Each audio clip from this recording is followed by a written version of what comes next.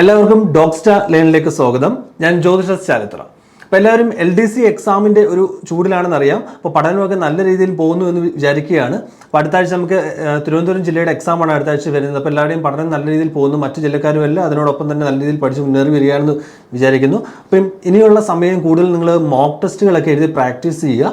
അപ്പോൾ നമ്മുടെ ഇന്നത്തെ ഒരു സെഷൻ്റെ ഉദ്ദേശം എന്ന് പറയുന്നത് ഫിസിക്സ്, കെമിസ്ട്രി, ഫിസിക്കൽ സയൻസ് എന്ന ടോപ്പിക്കിൽ നിന്നും ഈ അടുത്തായിട്ട് വന്നിട്ടുള്ള കുറച്ച് പ്രീവിയസ് ക്വസ്റ്റ്യൻസും അതിൻ്റെ റിലേറ്റഡ് ഫാക്ട്സും ഒക്കെ ഡിസ്കസ് ചെയ്യാനാണ് ഉദ്ദേശിക്കുന്നത്. അപ്പോൾ നിങ്ങൾക്കറിയാം ഫിസിക്സും കെമിസ്ട്രിയും കൂടെ നിങ്ങൾക്ക് 6 മാർക്കാണ്.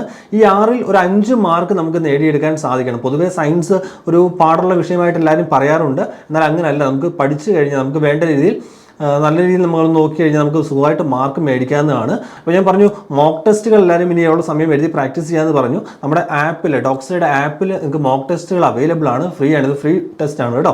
Free mock test series available ആണ്. അപ്പോൾ എല്ലാവരും അതെല്ലാം ഒന്ന് എഴുതി പ്രാക്ടീസ് ചെയ്യുക. നിങ്ങൾക്ക് ഫ്രീ ആയിട്ട് അറ്റൻഡ് ചെയ്യാവുന്നതാണ്. നിങ്ങളുടെ ലീഡർ ബോർഡും കാര്യങ്ങളും എല്ലാം അതിൽ നിങ്ങൾക്ക് നിങ്ങളുടെ സ്കോറും കാര്യങ്ങളും എല്ലാം അറിയാൻ സാധിക്കുന്നതാണ്.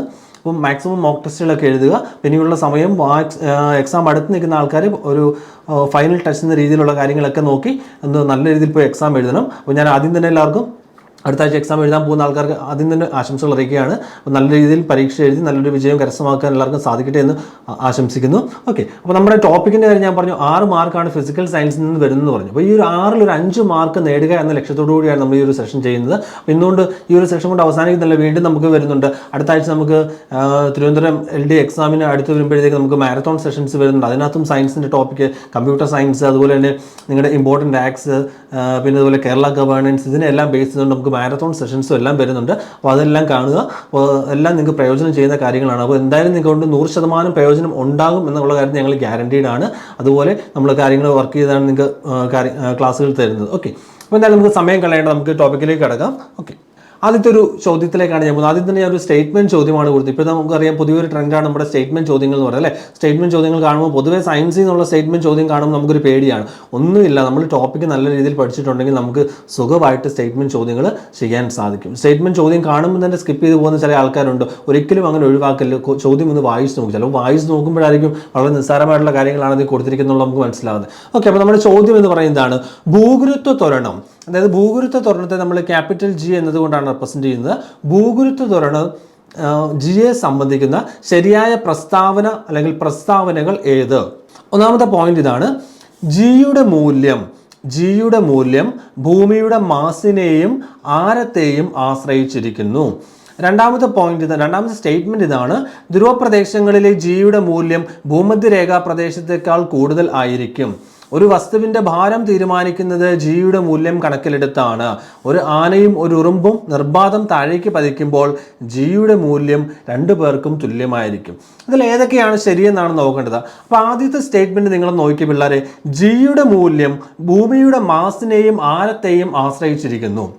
അപ്പോൾ ഈ ഒരു സ്റ്റേറ്റ്മെന്റ് ശരിയാണോ എന്ന് നമുക്ക് പരിശോധിക്കണമെങ്കിൽ നമുക്ക് ജിയുടെ എക്സ്പ്രഷൻ എന്നറിയണം.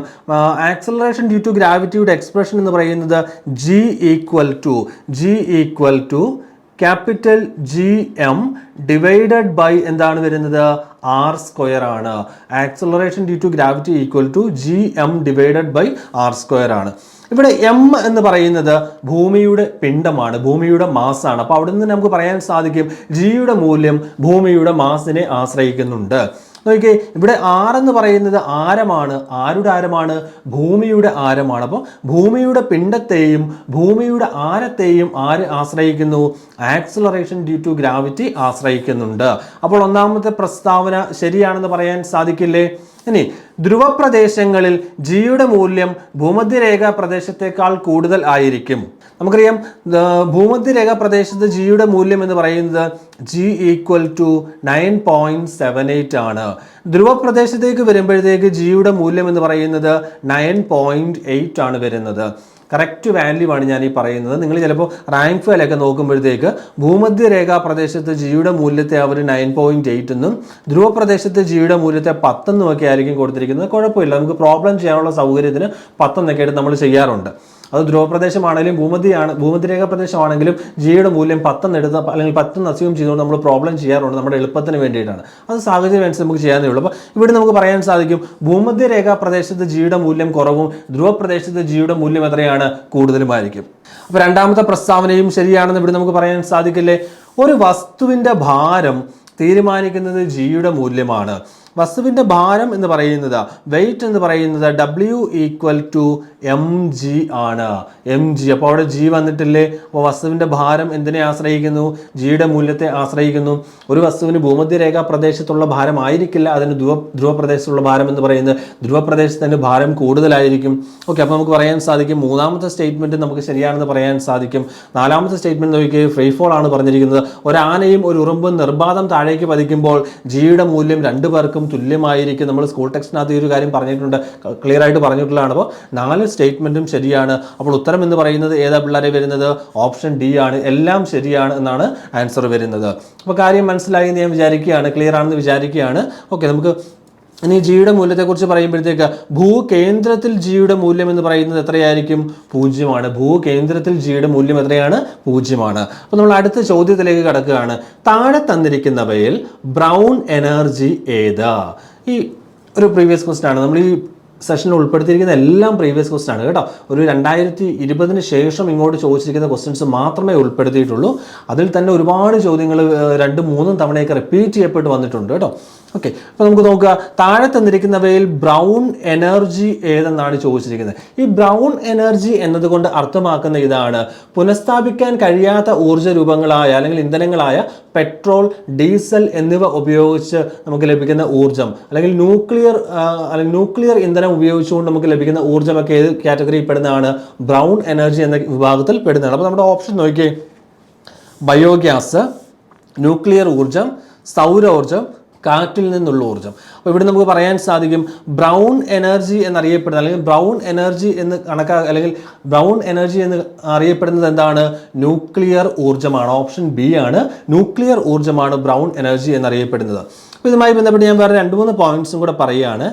ഗ്രീൻ എനർജി എന്നറിയപ്പെടുന്നത്, ഗ്രീൻ എനർജി എന്നറിയപ്പെടുന്നത്, ഹരിത ഊർജം എന്നറിയപ്പെടുന്നത് സോളാർ എനർജിയാണ് കേട്ടോ.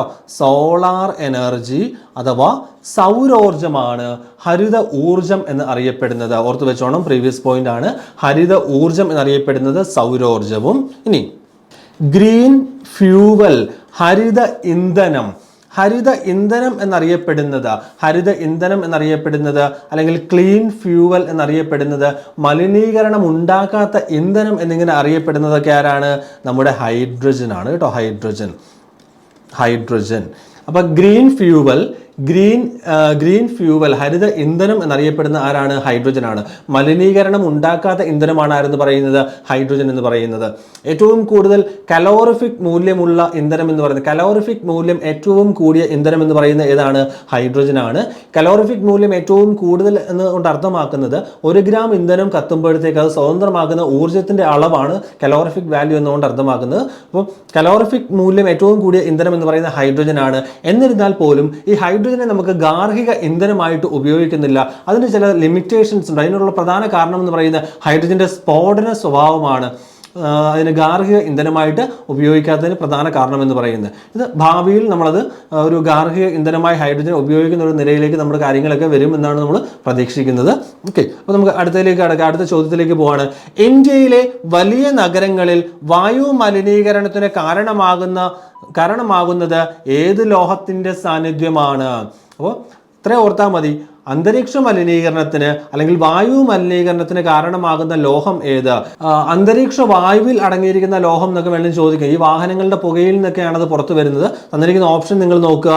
ചോദിച്ചിരിക്കുന്നത് ലോഹം എന്നാണ് ചോദിച്ചിരിക്കുന്നത് അല്ലേ? എന്നിട്ട് നോക്കിയേ, അമോണിയ തന്നിട്ടുണ്ട്, അതുപോലെ തന്നെ ഓസോൺ തന്നിട്ടുണ്ട്. അവിടെ നിന്ന് തന്നെ അത് രണ്ടും എലിമിനേറ്റ് ആയി പോകത്തില്ലേ? പിന്നെ നമുക്ക് പറയാൻ ഇത്രയേ ഉള്ളൂ. തന്നിരിക്കുന്നതിൽ മലിനീകരണത്തിന് കാരണമാകുന്ന, വായു മലിനീകരണത്തിന് കാരണമാകുന്ന ലോഹം എന്ന് പറയുന്നത് ഏതാണ്? ലെഡ് ആണ്.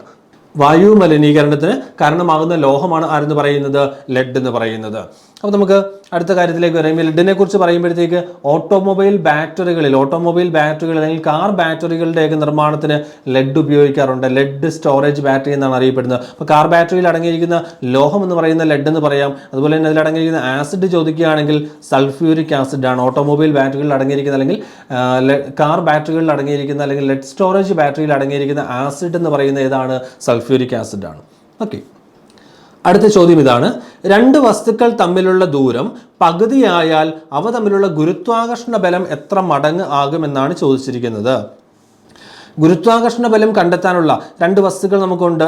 M1 മാസും M2 മാസുമുള്ള രണ്ട് വസ്തുക്കൾ നമുക്കുണ്ട്. ഈ രണ്ട് വസ്തുക്കൾ തമ്മിലുള്ള അകലം r ആണെങ്കിൽ അവ തമ്മിലുള്ള ഗുരുത്വാകർഷണ ബലം എന്ന് പറയുന്നത് F = G × M1 M2 divided by r² ആണ്. അപ്പോൾ ഇവിടെ പറഞ്ഞിരിക്കുന്നത് രണ്ട് വസ്തുക്കൾ തമ്മിലുള്ള ദൂരം പകുതി ആയാൽ എന്നാണ് പറഞ്ഞിരിക്കുന്നത്. അപ്പോൾ ഈ ദൂരം r എന്ന് പറയുന്നത് എന്തായി മാറുന്നു? r/2, അതിൻ്റെ പകുതിയായിട്ട് മാറുന്നു. r/2 ആയിട്ട് മാറിയാൽ ഇവിടുത്തെ ബലത്തിനുണ്ടാകുന്ന മാറ്റമാണ്. അപ്പോൾ നമുക്കൊന്ന് കണ്ടുപിടിച്ച് നോക്കാം. r-ന് പകരം r/2 കൊടുക്കുമ്പോഴത്തേക്ക് F = G M1 M2 divided by r² വന്നെടുത്ത് r/2² വരും. = G × M1 M2 divided by r² into ഒരു 1/2² വന്ന് ആ 2 1/4 ആകുമ്പോൾ ആ 4 മുകളിൽ കയറുമ്പോഴത്തേക്ക് × 4 എന്നായിട്ട് മാറും. അപ്പോൾ × 4 എന്ന് വരുമ്പോൾ നിങ്ങൾ മനസ്സിലാക്കുക എത്ര മടങ്ങാകും? അത് 4 മടങ്ങായിട്ട് മാറും. അപ്പോൾ ആൻസർ എന്ന് പറയുന്നത് എന്താ വന്നത്? ഓപ്ഷൻ സി ആണ്. 4 മടങ്ങാണ് വരുന്നത്. ഇനി അടുത്ത ചോദ്യത്തിലേക്ക് കടക്കുകയാണ്. ഗുരുത്വ തരംഗങ്ങളുടെ അസ്തിത്വത്തെക്കുറിച്ച് ആദ്യമായി പ്രവചിച്ചത് ആര്? ഗ്രാവിറ്റേഷണൽ വേവ്സിനെ കുറിച്ച് ആദ്യമായി പ്രവചിച്ചത് ആരെന്നാണ് ചോദിച്ചിരിക്കുന്നത്. Stephen Hawking, Carl Sagan, Isaac Newton, Albert Einstein. ഇതിലാരാണ് ഗുരുത്വാകർഷണ തരംഗങ്ങളെക്കുറിച്ച് ആദ്യമായി പ്രവചിച്ചത്? പ്രീവിയസ് ക്വസ്റ്റൻ ആണ് കേട്ടോ. ഗുരുത്വാകർഷണ തരംഗങ്ങളെക്കുറിച്ച് ആദ്യമായി പ്രവചിച്ചതെന്ന് പറയുന്ന ആരാണ്? ആൽബർട്ട് ഐൻസ്റ്റീൻ ആണ് ഗുരുത്വാകർഷണ തരംഗങ്ങളെക്കുറിച്ച് ആദ്യമായി പ്രവചിച്ചത്. എന്നാൽ നിങ്ങളോട് ചോദിക്കുകയാണ്, ഗുരുത്വാകർഷണ നിയമം ആവിഷ്കരിച്ചത് ആര്? പ്രീവിയസ് പോയിന്റ് ആണ്. ഗുരുത്വാകർഷണ നിയമം ആവിഷ്കരിച്ചതും ചലന നിയമം ആവിഷ്കരിച്ചതും ഒക്കെ ആരാണ്? ഐസക് ന്യൂട്ടൺ ആണ്. ചലന നിയമങ്ങൾ ആവിഷ്കരിച്ചതും ഗുരുത്വാകർഷണ നിയമം ആവിഷ്കരിച്ചതും ആരാണ്? Isaac Newton. അപ്പോൾ നമ്മൾ പറഞ്ഞു ചലന നിയമം, ഗുരുത്വാകർഷണ നിയമം എന്നിവ ആവിഷ്കരിച്ചത് ആരാ പറഞ്ഞത്? ഐസക് ന്യൂട്ടൺ എന്ന് പഠിച്ചു അല്ലേ? അതുപോലെ തന്നെ ചോദിച്ചിട്ടുള്ളൊരു ചോദ്യമാണ് ഗ്രഹങ്ങളുടെ ചലന നിയമം, ലോസ് ഓഫ് പ്ലാനറ്ററി മോഷൻ. ഗ്രഹങ്ങളുടെ ചലന നിയമം ആവിഷ്കരിച്ചത് ആരെന്ന് ചോദിച്ചു കഴിഞ്ഞാൽ കെപ്ലർ ആണ് കേട്ടോ. ഗ്രഹങ്ങളുടെ ചലന നിയമം ആവിഷ്കരിച്ചത് ആരാണ്? കെപ്ലർ, ജോഹന്നസ് കെപ്ലർ ആണ് ഗ്രഹങ്ങളുടെ ചലന നിയമം ആവിഷ്കരിച്ച്. ഓർത്തിരിക്കുക, ഗുരുത്വാകർഷണ നിയമം ഐസക് ന്യൂട്ടൺ ആണ്. അതുപോലെ തന്നെ നമ്മുടെ ചലന നിയമങ്ങൾ ആവിഷ്കരിച്ച ഐസക് ന്യൂട്ടൺ ആണ്. പ്രകാശത്തിന്റെ കണികാ സിദ്ധാന്തം ആവിഷ്കരിച്ചത് ഐസക് ന്യൂട്ടൺ ആണ്. അതുപോലെ പിന്നെ ഒരു പോയിന്റ് കൂടെ നമ്മൾ പറഞ്ഞു, എന്താണ്? ഗ്രഹങ്ങളുടെ ചലന നിയമം, ലോസ് ഓഫ് പ്ലാനറ്ററി മോഷൻ ആവിഷ്കരിച്ചത് ആരാണ്? കെപ്ലർ ആണ്. കെപ്ലർ പ്രീവിയസ് ക്വസ്റ്റൻ ആണ്. നമ്മുടെ ചോദ്യം ഇങ്ങനെയായിരുന്നു, ഗുരുത്വാകർഷണ തരംഗങ്ങളുടെ അസ്തിത്വത്തെക്കുറിച്ച് ആദ്യമായി പ്രവചിച്ചത് ആരെന്നാണ് ചോദിച്ചത്? ആൽബർട്ട് ഐൻസ്റ്റീൻ ആണ് ഉത്തരമെന്ന് പറയുന്നത്. അടുത്ത ക്വസ്റ്റനിലേക്ക് കടക്കുകയാണ്. ഇന്ത്യൻ ഇൻസ്റ്റിറ്റ്യൂട്ട് ഓഫ് സയൻസ് സ്ഥിതി ചെയ്യുന്ന നഗരം ഏതാ? ഇന്ത്യൻ ഇൻസ്റ്റിറ്റ്യൂട്ട് ഓഫ് സയൻസ് സ്ഥിതി ചെയ്യുന്നത് ഡൽഹി, കൊൽക്കത്ത, ബാംഗ്ലൂർ, തിരുവനന്തപുരം. അപ്പോൾ ഈ ഗവേഷണ സ്ഥാപനങ്ങളുമായിട്ടൊക്കെ ബന്ധപ്പെട്ട് നമുക്ക് ചോദ്യങ്ങൾ വരാൻ സാധ്യതയുണ്ട്. Indian institute of science IISc സ്ഥിതി ചെയ്യുന്നത് എവിടെയാണ്? ഓപ്ഷൻ സി ആണ്, ബംഗളൂരാണ് IISc സ്ഥിതി ചെയ്യുന്നത്. ബാംഗ്ലൂരാണ് IISc സ്ഥിതി ചെയ്യുന്നത്. IIScയുടെ സ്ഥാപകൻ എന്ന് പറയുന്നത് നിങ്ങൾ കേട്ടിട്ടുണ്ടായിരിക്കും, CV രാമനാണ്. IIScയുടെ സ്ഥാപകൻ എന്ന് പറയുന്നത് ആരാണ്? CV രാമനാണ് IIScയുടെ സ്ഥാപകൻ. CV രാമനെ കുറിച്ച് പറയുമ്പോഴത്തേക്കും നിങ്ങൾക്കറിയാം 1928 ഫെബ്രുവരി 28 എന്താണ്? സമുദ്രത്തിന്റെ നീലനിറം, കടലിന്റെ നീലനിറത്തിന് കാരണം എന്തെന്ന് വിശദീകരിച്ചു, അല്ലെങ്കിൽ രാമൻ എഫക്റ്റ് വിശദീകരിച്ചു. ഈ രാമൻ എഫക്റ്റിന്റെ വിശദീകരണത്തിന് 1930 അദ്ദേഹത്തിന് നോബൽ സമ്മാനം ലഭിക്കുകയുണ്ടായി. അവിടുന്ന് ചോദ്യങ്ങൾ വന്നിട്ടുണ്ട്, ഭൗതിക ശാസ്ത്രത്തിന് നോബൽ സമ്മാനം നേടിയ ആദ്യ ഇന്ത്യക്കാരൻ ആര്? അതുപോലെ തന്നെ ഭൗതിക ശാസ്ത്രത്തിന് നോബൽ സമ്മാനം നേടിയ ആദ്യ ഏഷ്യക്കാരൻ ആര്? ഇങ്ങനെ രണ്ട് രീതിയിൽ പ്രീവിയസ് ചോദിച്ചിട്ടുണ്ട്. ആരാണ്? ഫിസിക്സിന് നോബൽ സമ്മാനം നേടിയ ആദ്യ ഇന്ത്യക്കാരനും ആദ്യ ഏഷ്യക്കാരനും ആര് തന്നെയാണ്? CV രാമൻ തന്നെയാണ് വരുന്നത്. ഇനി CV രാമനെ കുറിച്ച് നമ്മൾ പറഞ്ഞു 1928 ഫെബ്രുവരി 28 രാമൻ എഫക്റ്റ് വിശദീകരിച്ചതെന്ന് പറഞ്ഞു. അദ്ദേഹത്തോടുള്ള സ്മരണാർത്ഥം ദേശീയ ശാസ്ത്ര ദിനമായി ആചരിക്കുന്ന ദിവസമാണ് ഏത്? National science day. ദേശീയ ശാസ്ത്ര ദിനമായി ആചരിക്കുന്നത് ഫെബ്രുവരി 28 ദേശീയ ശാസ്ത്ര ദിനം എന്ന് പറയുന്നത് ഫെബ്രുവരി 28. എന്നാൽ വേൾഡ് സയൻസ് ഡേ എന്ന് പറയുന്നത്, ലോക ശാസ്ത്ര ദിനം എന്ന് പറയുന്നത് നവംബർ 10. ദേശീയ ശാസ്ത്ര ദിനം ഫെബ്രുവരി 28-ഉം ലോക ശാസ്ത്ര ദിനമായി ആചരിക്കുന്നത് നവംബർ 10-ഉമാണ്. അപ്പോൾ നമ്മുടെ ചോദ്യം എന്തായാലും നിങ്ങൾ നോക്കിയേ, ഇന്ത്യൻ ഇൻസ്റ്റിറ്റ്യൂട്ട് ഓഫ് സയൻസ് സ്ഥിതി ചെയ്യുന്ന നഗരമാണ് ചോദിച്ചത്, ബാംഗ്ലൂരാണ്. പിന്നെ അതുപോലെ തന്നെ ഇതുപോലെ ഗവേഷണ സ്ഥാപനങ്ങളൊക്കെ ഒന്ന് പഠിച്ചു വെക്കണം. ISROയുടെ ആസ്ഥാനം സ്ഥിതി ചെയ്യുന്നത് എവിടെയാണ്? ബാംഗ്ലൂരാണ് ISROയുടെ ആസ്ഥാനം സ്ഥിതി ചെയ്യുന്നത്. അതുപോലെ നിങ്ങൾ ബാർക്ക് എന്ന് കേട്ടിട്ടുണ്ടോ? ബാർക്ക്, ബാബ അറ്റോമിക് റിസർച്ച് സെന്റർ ആണ് ബാർക്ക് എന്ന് പറയുന്നത്. ബാർക്ക് സ്ഥിതി ചെയ്യുന്നത് ട്രോംബയാണ്. ട്രോംബയിലാണ് ബാർക്ക് സ്ഥിതി ചെയ്യുന്നത്. പിന്നെ അതുപോലെ IG കാർ എന്ന് കേട്ടിട്ടുണ്ടോ? Indira Gandhi centre for atomic research ആണ് IG കാർ എന്ന് പറയുന്നത്. സ്ഥിതി ചെയ്യുന്നത് തമിഴ്നാട്ടിലാണ്, കൽപ്പാകത്താണ് IG കാർ സ്ഥിതി ചെയ്യുന്നത്. അപ്പോൾ നമുക്കിനി അടുത്ത ചോദ്യത്തിലേക്ക് കടക്കുകയാണ്. ചാന്ദ്രദിനമായി ആചരിക്കുന്നത് നമ്മുടെ SCERT ടെക്സ്റ്റ് ബുക്കിനകത്ത് ഇതിനെക്കുറിച്ച്, ചന്ദ്രനിൽ കാല് കുത്തിയതിനെ കുറിച്ചൊക്കെ ഒരു കാര്യം പറഞ്ഞിട്ടുണ്ട്. ചാന്ദ്രദിനമായി ആചരിക്കുന്ന ദിവസമാണ് യോജിച്ചിരിക്കുന്നത് ജൂലൈ 21. മനുഷ്യൻ ചന്ദ്രനിൽ കാല് കുത്തിയ ദിവസമാണ് ജൂലൈ 21 എന്ന് പറയുന്നത്. അതുകൊണ്ട് ചാന്ദ്രദിനമായി ആചരിക്കുന്നതും ഏത് തന്നെയാണ്? ജൂലൈ 21. ജൂലൈ 21. അടുത്തതിലേക്ക് പോകാം. എന്നാണ് ദേശീയ ശാസ്ത്ര ദിനം ആചരിക്കുന്നത്? ദേശീയ ശാസ്ത്ര ദിനമാണ് ചോദിച്ചിരിക്കുന്നത്. ഒരുപാട് തവണ വന്നിട്ടുള്ള ചോദ്യമാണ് കേട്ടോ, പ്രീവിയസ് ക്വസ്റ്റ്യൻ ആണ്. അപ്പോൾ മാക്സിമം ഇനിയുള്ള സമയം, ഞാൻ തുടക്കത്തിലെ നിങ്ങളോട് പറഞ്ഞു, ഇനിയുള്ള സമയം മാക്സിമം നിങ്ങൾ മോക്ക് ടെസ്റ്റുകൾ ദിവസം ഒരു മോക്ക് ടെസ്റ്റ് വെച്ച് അറ്റൻഡ് ചെയ്തോണം. പ്രത്യേകിച്ച് തിരുവനന്തപുരം ജില്ലക്കാർ ഇനിയുള്ള ദിവസങ്ങൾ 1-2 മോക്ക് ടെസ്റ്റ് നിങ്ങൾക്ക് ചെയ്യാൻ പറ്റുമെങ്കിൽ ചെയ്ത് നിങ്ങൾ പ്രാക്ടീസ് ചെയ്യുക. സ്കോർ കുറഞ്ഞു പോകുന്ന ഒന്നും നിങ്ങൾ ടെൻഷൻ ആകണ്ട. നമുക്ക് പ്രാക്ടീസ് സ്പീഡിന് വേണ്ടിയിട്ടാണ് പറയുന്നത് കേട്ടോ. എക്സാമിനേഷൻ ഹാളിൽ പോയിട്ട് നമ്മൾ അങ്ങ് ചെയ്തേക്കാന്ന് വിചാരിച്ചാൽ നടക്കത്തില്ല. സ്പീഡൊന്ന് കിട്ടാൻ വേണ്ടിയിട്ടാണ് ഇപ്പോഴേ ഒന്ന് ചെയ്ത് പ്രാക്ടീസ് ചെയ്യാൻ പറയുന്നത്. ഇനിയുള്ള ദിവസങ്ങൾ അടുപ്പിച്ച് കുറച്ച് മോക്ക് ടെസ്റ്റ് ചെയ്യുക. മറ്റു ജില്ലക്കാരും ഇനിയുള്ള ദിവസങ്ങളിൽ മോക്ക് ടെസ്റ്റുകൾക്ക് ഇമ്പോർട്ടൻസ് കൊടുത്ത് തന്നെ പഠനം മുമ്പോട്ട് കൊണ്ടുകൊണ്ടാണ് കേട്ടോ. ഓക്കെ, അപ്പോൾ നമ്മുടെ ചോദ്യം എങ്ങനെയായിരുന്നു? ദേശീയ ശാസ്ത്ര ദിനമാണ്. ദേശീയ ശാസ്ത്ര ദിനം നമ്മളിപ്പോൾ പറഞ്ഞ പോലെ ഏതാണ്? ഓപ്ഷൻ C ആണ്, ഫെബ്രുവരി 28. ഓക്കെ, അപ്പോൾ നമ്മൾ പറഞ്ഞു ചന്ദ്രനിൽ കാല് കുത്തിയതിനെ കുറിച്ച് നമ്മൾ പറഞ്ഞു, ശരിയല്ലേ? മനുഷ്യൻ ചന്ദ്രനിൽ കാല് കുത്തിയത് ജൂലൈ 1969 ജൂലൈ 21. അതിനോടുള്ള സ്മരണാർത്ഥമാണ് ജൂലൈ 21. ജൂലൈ 21 ചാന്ദ്രദിനമായി ആചരിക്കുന്നത്. അതിനോടുള്ള സ്മരണാർത്ഥമായിട്ട്, മനുഷ്യൻ ചന്ദ്രനിൽ കാല് കുത്തിയതിനുള്ള സ്മരണാർത്ഥമായിട്ടാണ് ജൂലൈ 21 ചാന്ദ്രദിനമായി ആചരിക്കുന്നത്. ഈ കഴിഞ്ഞിടയ്ക്ക് PSC ഒരു ചോദ്യം ചോദിക്കുകയുണ്ടായി. അപ്പോളോ പ്രോഗ്രാമിൽ അംഗമായിരുന്ന, അല്ലെങ്കിൽ അപ്പോളോ പ്രോഗ്രാമിൻ്റെ പൈലറ്റ് ആയിരുന്ന ഒരു വ്യക്തി ഈ കഴിഞ്ഞിടയ്ക്ക് കഴിഞ്ഞിടയ്ക്ക് ഒരുപാട് അടുത്തല്ല, ഒരു 1-2 വർഷം മുമ്പ്, എനിക്ക് തോന്നുന്നു ഒരു വർഷം മുമ്പ് മരണമടയുകയുണ്ടായി. അപ്പോൾ അത് ആരാണെന്ന് ചോദിച്ചൊരു ചോദ്യം വന്നിട്ടുണ്ടായിരുന്നു. അപ്പം ആരാണ്? മൈക്കൽ കോളിൻസ് ആണ് കേട്ടോ. അപ്പോളോ പ്രോഗ്രാമിൻ്റെ ഭാഗമായിരുന്ന ഈ കഴിഞ്ഞ കാലത്ത് മരണമടഞ്ഞ വ്യക്തി എന്ന് പറയുന്ന ആരാണ്? മൈക്കൽ കോളിൻസ് ആണ്. പക്ഷെ അദ്ദേഹം ചന്ദ്രനിൽ ഇറങ്ങിയില്ല. അദ്ദേഹം ആ അപ്പോളോ പ്രോഗ്രാമിൻ്റെ ആ പേടകത്തെ നിയന്ത്രിച്ചുകൊണ്ട് അതിനകത്തിരിക്കുകയായിരുന്നു ചെയ്തത്. മൈക്കൽ കോളിൻസ് ചോദ്യം വന്നതാണ് കേട്ടോ. അപ്പോൾ നമുക്ക് അടുത്ത കാര്യത്തിലേക്ക് കടക്കുകയാണ്.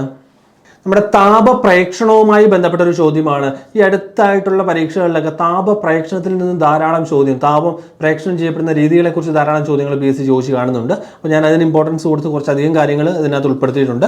ചോദ്യം ഇതാണ്: മാധ്യമത്തിൻ്റെ സഹായം ഇല്ലാതെ താപം പ്രേക്ഷണം ചെയ്യുന്ന രീതിയാണ് ഡാഷ്. ചാലനം, സംവഹനം, വികിരണം ഇതൊന്നുമല്ല. മാധ്യമത്തിൻ്റെ സഹായം ഇല്ലാതെ എന്നാണ് പറഞ്ഞിരിക്കുന്നത് അല്ലേ? ശൂന്യതയിലൂടെയും അല്ലെങ്കിൽ ഒരു മാധ്യമത്തിൻ്റെ സഹായം ഇല്ലാതെ താപം പ്രേക്ഷണം ചെയ്യപ്പെടുന്ന രീതിക്ക് പറയുന്ന പേരാണ് വികിരണം എന്ന് പറയും. സൂര്യൻ്റെ താപം ഭൂമിയിൽ എത്തുന്നത് എങ്ങനെയെന്ന് PSC ചോദിക്കാറുണ്ട്. വികിരണം വഴിയാണ്, റേഡിയേഷൻ വഴിയാണ് സൂര്യൻ്റെ താപം ഭൂമിയിൽ എത്തുന്നത്. അപ്പം എന്താണ് വികിരണം എന്നാണ് നമ്മൾ നോക്കുന്നത്. ഒരു മാധ്യമത്തിൻ്റെ സഹായം ഇല്ലാതെ തന്നെ താപം പ്രേക്ഷണം ചെയ്യപ്പെടുന്ന രീതിക്ക് പറയുന്ന പേരാണ് വികിരണം എന്ന് പറയുന്നു. ഇനി മിനുസമുള്ള പ്രതലം വികിരണ താപത്തെ പ്രതിഫലിപ്പിക്കുന്നു. മിനുസമുള്ള പ്രതലം എന്ത് ചെയ്യുന്ന പറഞ്ഞത്? വികിരണ താപത്തെ പ്രതിഫലിപ്പിക്കുന്നു. ഇതൊക്കെ ഒന്ന് മനസ്സിലുണ്ടായാൽ മതി. സ്റ്റേറ്റ്മെന്റ് ചോദ്യങ്ങളൊക്കെ എന്തെങ്കിലും വരികയാണെങ്കിൽ ഇങ്ങനെയുള്ള സ്റ്റേറ്റ്മെന്റ് ഒക്കെ അവിടെ തരാൻ സാധ്യതയുണ്ട്. മിനുസമുള്ള പ്രതലം വികിരണ താപത്തെ പ്രതിഫലിപ്പിക്കുന്നു അല്ലെങ്കിൽ പ്രതിഫലിപ്പിക്കുന്നില്ല, ശരി ഏത് തെറ്റ് എന്നൊക്കെ പറഞ്ഞ് ചോദിക്കുക. അപ്പോൾ ഓർത്തിരിക്കുക, മിനുസമുള്ള പ്രതലം എന്ത് ചെയ്യുന്നു? വികിരണ താപത്തെ പ്രതിഫലിപ്പിക്കുകയാണ് ചെയ്യുന്നത്. ഇനി വികിരണത്തിന്റെ കുറച്ച് സാഹചര്യങ്ങളാണ് പറഞ്ഞിരിക്കുന്നത്. പ്രകാശിച്ചുകൊണ്ടിരിക്കുന്ന വൈദ്യുത ബൾബിൽ നിന്നും താപം താഴെ എത്തുന്നത്. ഒരു ബൾബ് കത്തിച്ച് നമ്മളതിൻ്റെ ചോട്ടിൽ നിൽക്കുകയാണെങ്കിൽ നമുക്ക് ചൂട് അനുഭവപ്പെടാറുണ്ട്. ഞാൻ ഇൻകാൻഡസൻ ലാമ്പാണ് ഉദ്ദേശിക്കുന്നത്, നമ്മുടെ CFL-ഓ LED-യുടെ കാര്യമല്ല. അപ്പോൾ കത്തിയിരിക്കുന്ന ബൾബിൻ്റെ ചോട്ടിൽ നിന്ന് താപം അനുഭവപ്പെടുന്നതിന് കാരണമെന്ന് പറയുന്നതാണ് വികിരണമാണ്. അതുപോലെ തന്നെ ഇൻക്യുബേറ്ററിൽ മുട്ട വിരിയുന്നത് എന്ത് മൂലമാണ്? വികിരണ താപം മൂലമാണ് അവിടെ ഇൻക്യുബേറ്ററിൽ മുട്ട വിരിയുന്നത്. SCERT-ക്കകത്തൊരു ഇമേജാണ് ഈ കൊടുത്തിരിക്കുന്നത്. തീ കായുമ്പോൾ നമുക്ക് താപം ലഭിക്കുന്നത് വികിരണം മൂലമാണ്. സൂര്യന്റെ താപം ഭൂമിയിലെത്തുന്നത് എങ്ങനെയാണ്? വികിരണം മൂലമാണ്. അപ്പോൾ നമുക്ക് അടുത്ത കാര്യത്തിലേക്ക് കടക്കുകയാണ്. അടുത്തൊരു പ്രീവിയസ് ക്വസ്റ്റ്യൻ ആണ് ഇത്. ഇൻക്യുബേറ്ററിൽ മുട്ട വിരിയുന്നത് ഇങ്ങനെ തന്നെ എടുത്ത് ചോദിച്ചിട്ടുണ്ട്. പ്രീവിയസ് ക്വസ്റ്റ്യൻ ആണ്. ഇൻക്യുബേറ്ററിൽ മുട്ട വിരിയുന്നത് ഏത് താപ പ്രസരണത്തിനുള്ള ഉദാഹരണം എന്നാണ് ചോദിച്ചിരിക്കുന്നത്. ഇപ്പോൾ നമ്മൾ കണ്ടതാണ്. എന്താണ് ആൻസർ? ആൻസർ കമന്റ് ചെയ്തേ. ഓപ്ഷൻ സി ആണ് അല്ലേ, വികിരണമാണ് ഇൻക്യുബേറ്ററിൽ മുട്ട വിരിയുന്നതിനുള്ള താപപ്രസരണ മാർഗം എന്ന് പറയുന്നത്. ഇനി അടുത്തതിലേക്ക് പോവാണ്. തന്മാത്രകളുടെ സ്ഥാനമാറ്റം മുഖേന താപം പ്രേക്ഷണം ചെയ്യപ്പെടുന്ന രീതി ഏത്? തന്മാത്രകളുടെ സ്ഥാനമാറ്റം. താപപ്രേക്ഷണം 3 രീതിയിലാണ് നടക്കുന്നത്. ഏതൊക്കെയാണത്? ചാലനം ഉണ്ട്, സംവഹനമുണ്ട്, വികിരണം. ഇങ്ങനെ 3 രീതിയിലാണ് താപപ്രേക്ഷണം നടക്കുന്നത്. ചാലനത്തിൽ തന്മാത്രകളുടെ ചലനം ഉണ്ടാകുന്നില്ല. കണ്ടക്ഷൻ നടക്കുമ്പോൾ, ചാലനം നടക്കുമ്പോൾ അവിടെ തന്മാത്രകളുടെ ചലനം ഉണ്ടാകുന്നില്ല. പകരം എന്തേ ഉണ്ടാകുന്നുള്ളൂ? കമ്പനം. തന്മാത്രകളുടെ കമ്പനം മൂലമാണ് ചാലനം സാധ്യമാകുന്നത്. ഇനി സംവഹനമാണെങ്കിൽ ചലനം സംഭവിക്കുന്നുണ്ട്. തന്മാത്രകൾ ചൂടാകുമ്പോൾ, ചൂടാകരണം ചെയ്യുമ്പോഴത്തേക്ക് ആ ചൂടാകരണം ചെയ്ത തന്മാത്ര ഒരിടത്ത് നിന്ന് മറ്റൊരിടത്തേക്ക് മാറുകയും തണുത്ത് അങ്ങോട്ട് വരികയും ചെയ്യും. അപ്പോൾ തന്മാത്രകളുടെ ചലനം മൂലം താപം പ്രേക്ഷണം ചെയ്യപ്പെടുന്ന രീതിയാണ് ഇത് സംവഹനം എന്ന് പറയുന്നത്. വെള്ളം ചൂടാക്കുമ്പോൾ താഴെയുള്ള തന്മാത്രകൾ ചൂടായി മുകളിലേക്ക് വരികയും മുകളിലുള്ള തണുത്ത തന്മാത്രകൾ താഴേക്ക് പോവുകയും ചെയ്യുന്നു. അപ്പോൾ വെള്ളം ചൂടാകുന്നത് സംവഹനത്തിന് ഉദാഹരണമാണ്. ഈ സംവഹനം നടക്കുന്നതിനെ കുറിച്ച് പറയുകയാണെങ്കിൽ നമ്മുടെ ദ്രാവകങ്ങളിലും വാതകങ്ങളിലും നടക്കുന്ന താപ പ്രേക്ഷണ രീതിയാണ് ഏത്? സംവഹനം എന്ന് പറയുന്നത്. ദ്രാവകങ്ങളിലും വാതകങ്ങളിലും നടക്കുന്നത് ഏതാണ്? സംവഹനമാണ്. ഖരപദാർത്ഥങ്ങളിലാണ് എന്ത് നടക്കുന്നത്? ചാലനം നടക്കുന്നത്.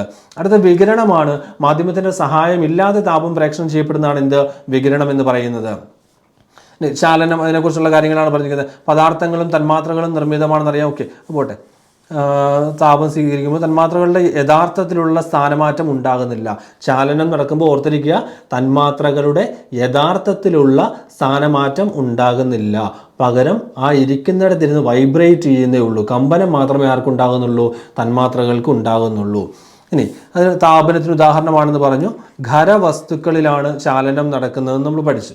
ഇനി അടുത്ത സംവഹനമാണ്. തന്മാത്രകളുടെ സ്ഥാനമാറ്റം മുഖേന നടക്കുന്നു. എവിടെയൊക്കെ നടക്കുന്നു?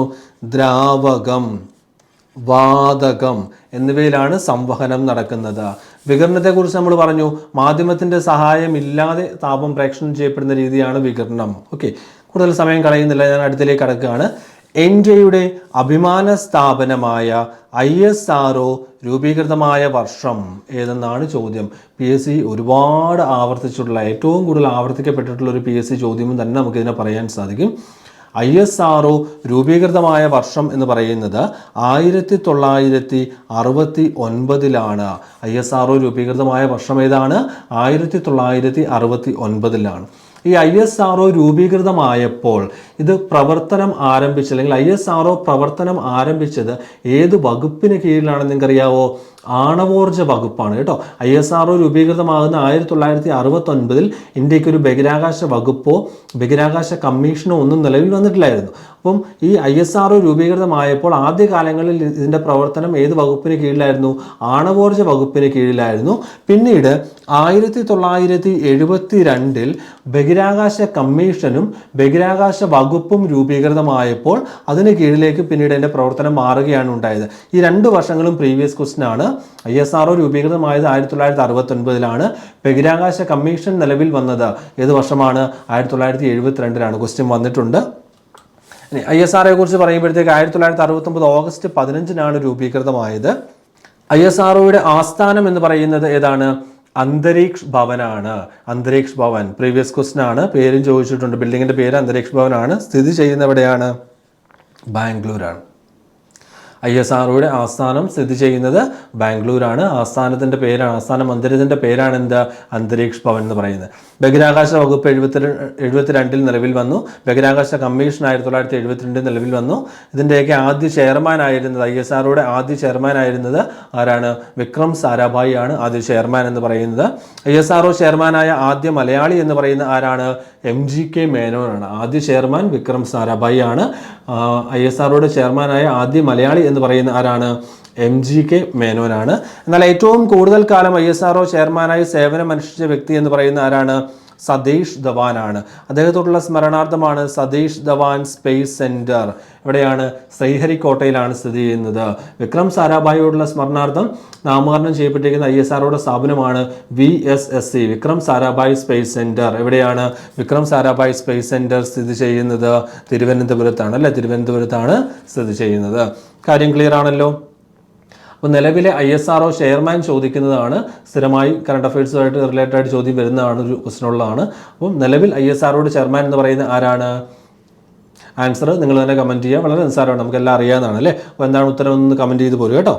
ഓക്കെ, അപ്പോൾ ഞാൻ അടുത്തൊരു ക്വസ്റ്റ്യനിലേക്ക് കടക്കുകയാണ്. ആറ്റത്തിനുള്ളിൽ കാണുന്ന കണങ്ങളുടെ പേരും അവയുടെ ചാർജും തന്നിരിക്കുന്നു. ശരിയായ ജോഡി അല്ലെങ്കിൽ ജോഡികൾ കണ്ടെത്തുക. കണങ്ങളുടെ പേര് ചാർജാണ്. ഇലക്ട്രോണിൻ്റെ ചാർജ് എന്ന് പറയുന്നത് നെഗറ്റീവ് ചാർജാണ്, അപ്പോൾ അത് ശരിയായിട്ടുള്ള കാര്യമാണ്. പ്രോട്ടോൺ ചാർജ് ഇല്ലെന്നാണ്, തെറ്റാണ്. പ്രോട്ടോണിന് ചാർജ് ഉണ്ട്. എന്ത് ചാർജാണ്? പോസിറ്റീവ് ചാർജാണ് ഉള്ളത്. അടുത്തത് പ്രോട്ടോൺ പോസിറ്റീവ് ചാർജ്, അത് ശരിയാണ്. അടുത്ത ന്യൂട്രോൺ ആണ് നെഗറ്റീവ് ചാർജ്, അത് തെറ്റാണ്. ചാർജ് ഇല്ല, ന്യൂട്രോണിന് എന്തില്ല? ചാർജ് ഇല്ല. അപ്പോൾ ശരിയായ ജോഡി ചോദിക്കുമ്പോഴത്തേക്ക് നമുക്ക് ഇങ്ങനെ പറയാം, 1 ശരിയാണ്, 3 ശരിയാണ്. അപ്പോൾ 1, 3 ഉത്തരം വരുന്നത്. ഓപ്ഷൻ A ആണ് റൈറ്റ് ആൻസർ എന്ന് പറയുന്നത്. അപ്പോൾ ഞാൻ ചോദിക്കട്ടെ, ആറ്റത്തിന് ചാർജ് ഉണ്ടോ? ആറ്റത്തിന് ചാർജ് ഉണ്ടോ പിള്ളേരെ? ആറ്റം എന്ന് പറയുന്നത് വൈദ്യുതപരമായിട്ട് ന്യൂട്രലാണ് കേട്ടോ. വൈദ്യുതപരമായി ആറ്റം എന്ന് പറയുന്നത് എന്താണ്? ന്യൂട്രലാണ്. അതിന് കാരണം ഒരു ആറ്റത്തിലെ പോസിറ്റീവ് ചാർജുകളുടെ എണ്ണവും നെഗറ്റീവ് ചാർജുകളുടെ എണ്ണവും തുല്യമാണ്. അല്ലെങ്കിൽ ഒരു ആറ്റത്തിലെ പ്രോട്ടോണുകളുടെയും ഇലക്ട്രോണുകളുടെയും എണ്ണം എന്ന് പറയുന്നത് എന്താണ്? തുല്യമാണ്. അതുകൊണ്ട് ആറ്റം എന്ന് പറയുന്നത് വൈദ്യുതപരമായി ന്യൂട്രലാണ്. എന്നാൽ ഒരു ആറ്റത്തിൻ്റെ ന്യൂക്ലിയസിനെ സംബന്ധിച്ച് പറയുമ്പോഴത്തേക്ക്, ഒരു ആറ്റത്തിൻ്റെ ന്യൂക്ലിയസിനെ സംബന്ധിച്ച് പറയുമ്പോൾ ന്യൂക്ലിയസിന് ചാർജ് ഉണ്ടോ എന്ന് ചോദിച്ചു കഴിഞ്ഞാൽ അതിന് ചാർജ് ഉണ്ട്. ഒരു ആറ്റത്തിൻ്റെ ന്യൂക്ലിയസിൽ കാണപ്പെടുന്ന കണങ്ങൾ നിങ്ങൾക്കറിയാം, പ്രോട്ടോണും ന്യൂട്രോണുമാണ് ന്യൂക്ലിയസിൽ കാണപ്പെടുന്ന കണങ്ങൾ. അപ്പോൾ ന്യൂട്രോണിന് ചാർജ് ഇല്ല, പ്രോട്ടോണിന് ചാർജ് ഉണ്ട്, പോസിറ്റീവ് ചാർജ് ഉണ്ട്. അങ്ങനെയെങ്കിൽ ആറ്റത്തിൻ്റെ ന്യൂക്ലിയസിൻ്റെ ചാർജ് എന്തെന്ന് ചോദിച്ചാൽ നമുക്ക് എന്ത് പറയാൻ സാധിക്കും? പോസിറ്റീവ് ചാർജാണ് ആറ്റത്തിൻ്റെ ന്യൂക്ലിയസിന് ഉള്ളത്. ഓക്കെ, നമ്മൾ പ്രോട്ടോണിനെ കുറിച്ചുള്ള കാര്യങ്ങൾ ഇനി സബാറ്റമിക കണങ്ങളിലേക്ക് നമ്മളൊന്ന് വരികയാണ്. അതിനെക്കുറിച്ച് നോക്കുകയാണ്. പോസിറ്റീവ് ചാർജുള്ള കണമാണ് പ്രോട്ടോൺ എന്ന് പറയുന്നത്. പ്രോട്ടോൺ കണ്ടുപിടിച്ചത് ആരാണ്? ഏണസ്റ്റ് റുദർഫോർഡ് ആണ്. ഏണസ്റ്റ് റുദർഫോർഡ് ആണ് പ്രോട്ടോണുകൾ കണ്ടുപിടിച്ചത്. ഒരു മൂലകത്തിൻ്റെ ID കാർഡ്, ഫിംഗർ പ്രിന്റ് എന്നിങ്ങനെ അറിയപ്പെടുന്ന അല്ലെങ്കിൽ എന്നിങ്ങനെ വിശേഷിപ്പിക്കപ്പെടുന്ന സബാറ്റോമിക കണമാണ് ആര്? പ്രോട്ടോൺ എന്ന് പറയുന്നത്. ഒരു മൂലകത്തിൻ്റെ ഐഡന്റിറ്റി കാർഡ് അല്ലെങ്കിൽ ഫിംഗർ പ്രിന്റ് എന്നിങ്ങനെ വിശേഷിപ്പിക്കപ്പെടുന്ന കണം ഏതാണ്? പ്രോട്ടോൺ ആണ്. പിണ്ഡം പഠിച്ചു വെക്കണം, ചോദ്യം വരുന്നതാണ് കേട്ടോ. ഒരു പ്രോട്ടോണിൻ്റെ പിണ്ഡം എന്ന് പറയുന്നത് 1.672 ഇൻറ്റു 10⁻⁻27 കിലോഗ്രാം ആണ്. പ്രോട്ടോണിൻ്റെ പിണ്ഡം എന്ന് പറയുന്നത് എത്രയാണ്? 1.672 ഇൻറ്റു 10⁻⁻27 കിലോഗ്രാം ആണ് ആരുടെ പിണ്ഡം? പ്രോട്ടോണിൻ്റെ പിണ്ഡം. ഇനി നമ്മൾ ഇലക്ട്രോണിലേക്ക് വരുന്നു. ഇലക്ട്രോണിനെ കുറിച്ച് പറയുമ്പം നെഗറ്റീവ് ചാർജ് ആണ്. ആരാണ് കണ്ടുപിടിച്ചത്? JJ തോംസൺ ആണ് കണ്ടുപിടിച്ചത്.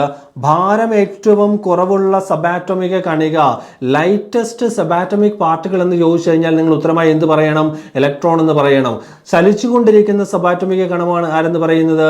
ഇലക്ട്രോൺ. ഇലക്ട്രോണിൻ്റെ പിണ്ഡം എന്ന് പറയുന്നത്, മാസ് എന്ന് പറയുന്നത് 9.1 ഇൻറ്റു 10⁻⁻31 കിലോഗ്രാം ആണ്. ഇലക്ട്രോണിൻ്റെ പിണ്ഡം എന്ന് പറയുന്നത് എത്രയാണ്?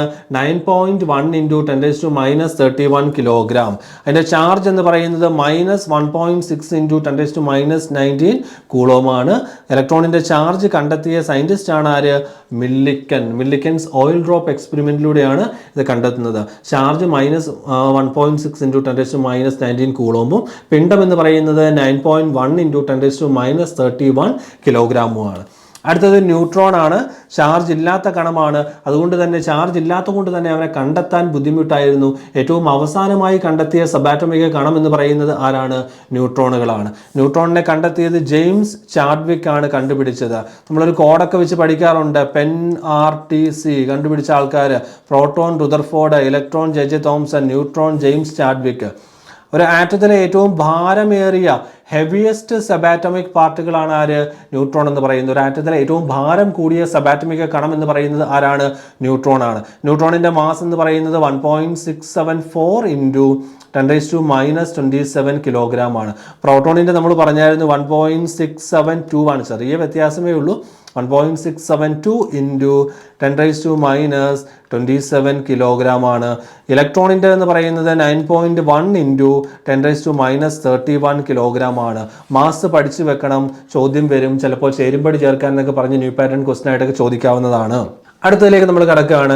ന്യൂട്ടൺ എന്നത് എന്തളക്കാനുള്ള ഏകകമാണ്? ഏകകം മീൻസ് യൂണിറ്റ് ആണ്. എന്തളക്കുന്ന യൂണിറ്റ് ആണ് ന്യൂട്ടൺ എന്നാണ് ചോദിച്ചിരിക്കുന്നത്. നമുക്കറിയാം ന്യൂട്ടൺ എന്ന് പറയുന്നത്, ഓപ്ഷൻ നോക്കിയേ, മർദ്ദം, വൈദ്യുതി, താപം, ബലം. ഓപ്ഷൻസ് വളരെ നിസ്സാരമായി പോയി. നമുക്ക് പറയാൻ സാധിക്കും ന്യൂട്ടൺ എന്ന് പറയുന്നത് എന്തിൻ്റെ യൂണിറ്റ് ആണ്? ബലത്തിൻ്റെ യൂണിറ്റ് ആണ്.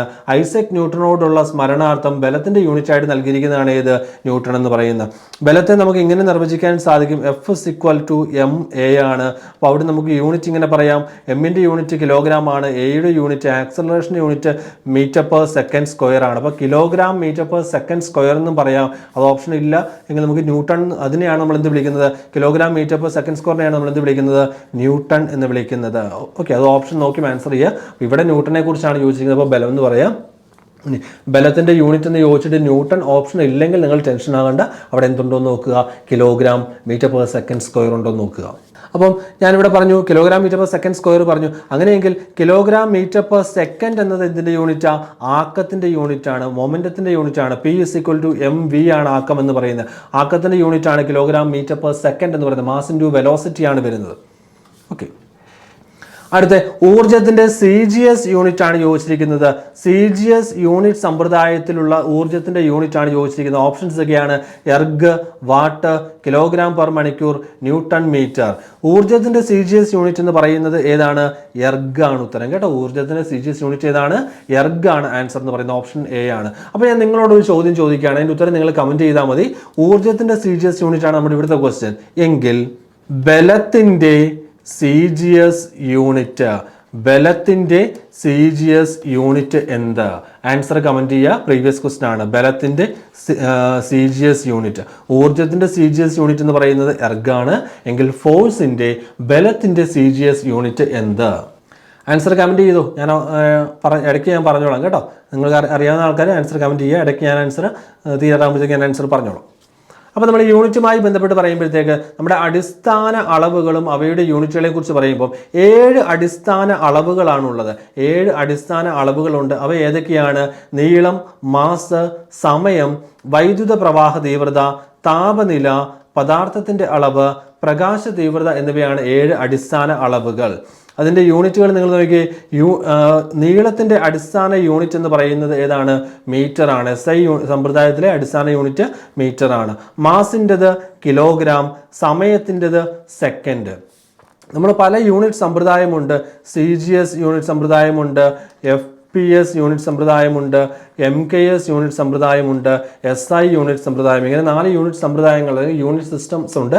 ഈ 4 യൂണിറ്റ് സമ്പ്രദായത്തിലും പൊതുവായിട്ടുള്ള യൂണിറ്റ് എന്ന് പറയുന്നത് സെക്കൻഡ് ആണ് കേട്ടോ.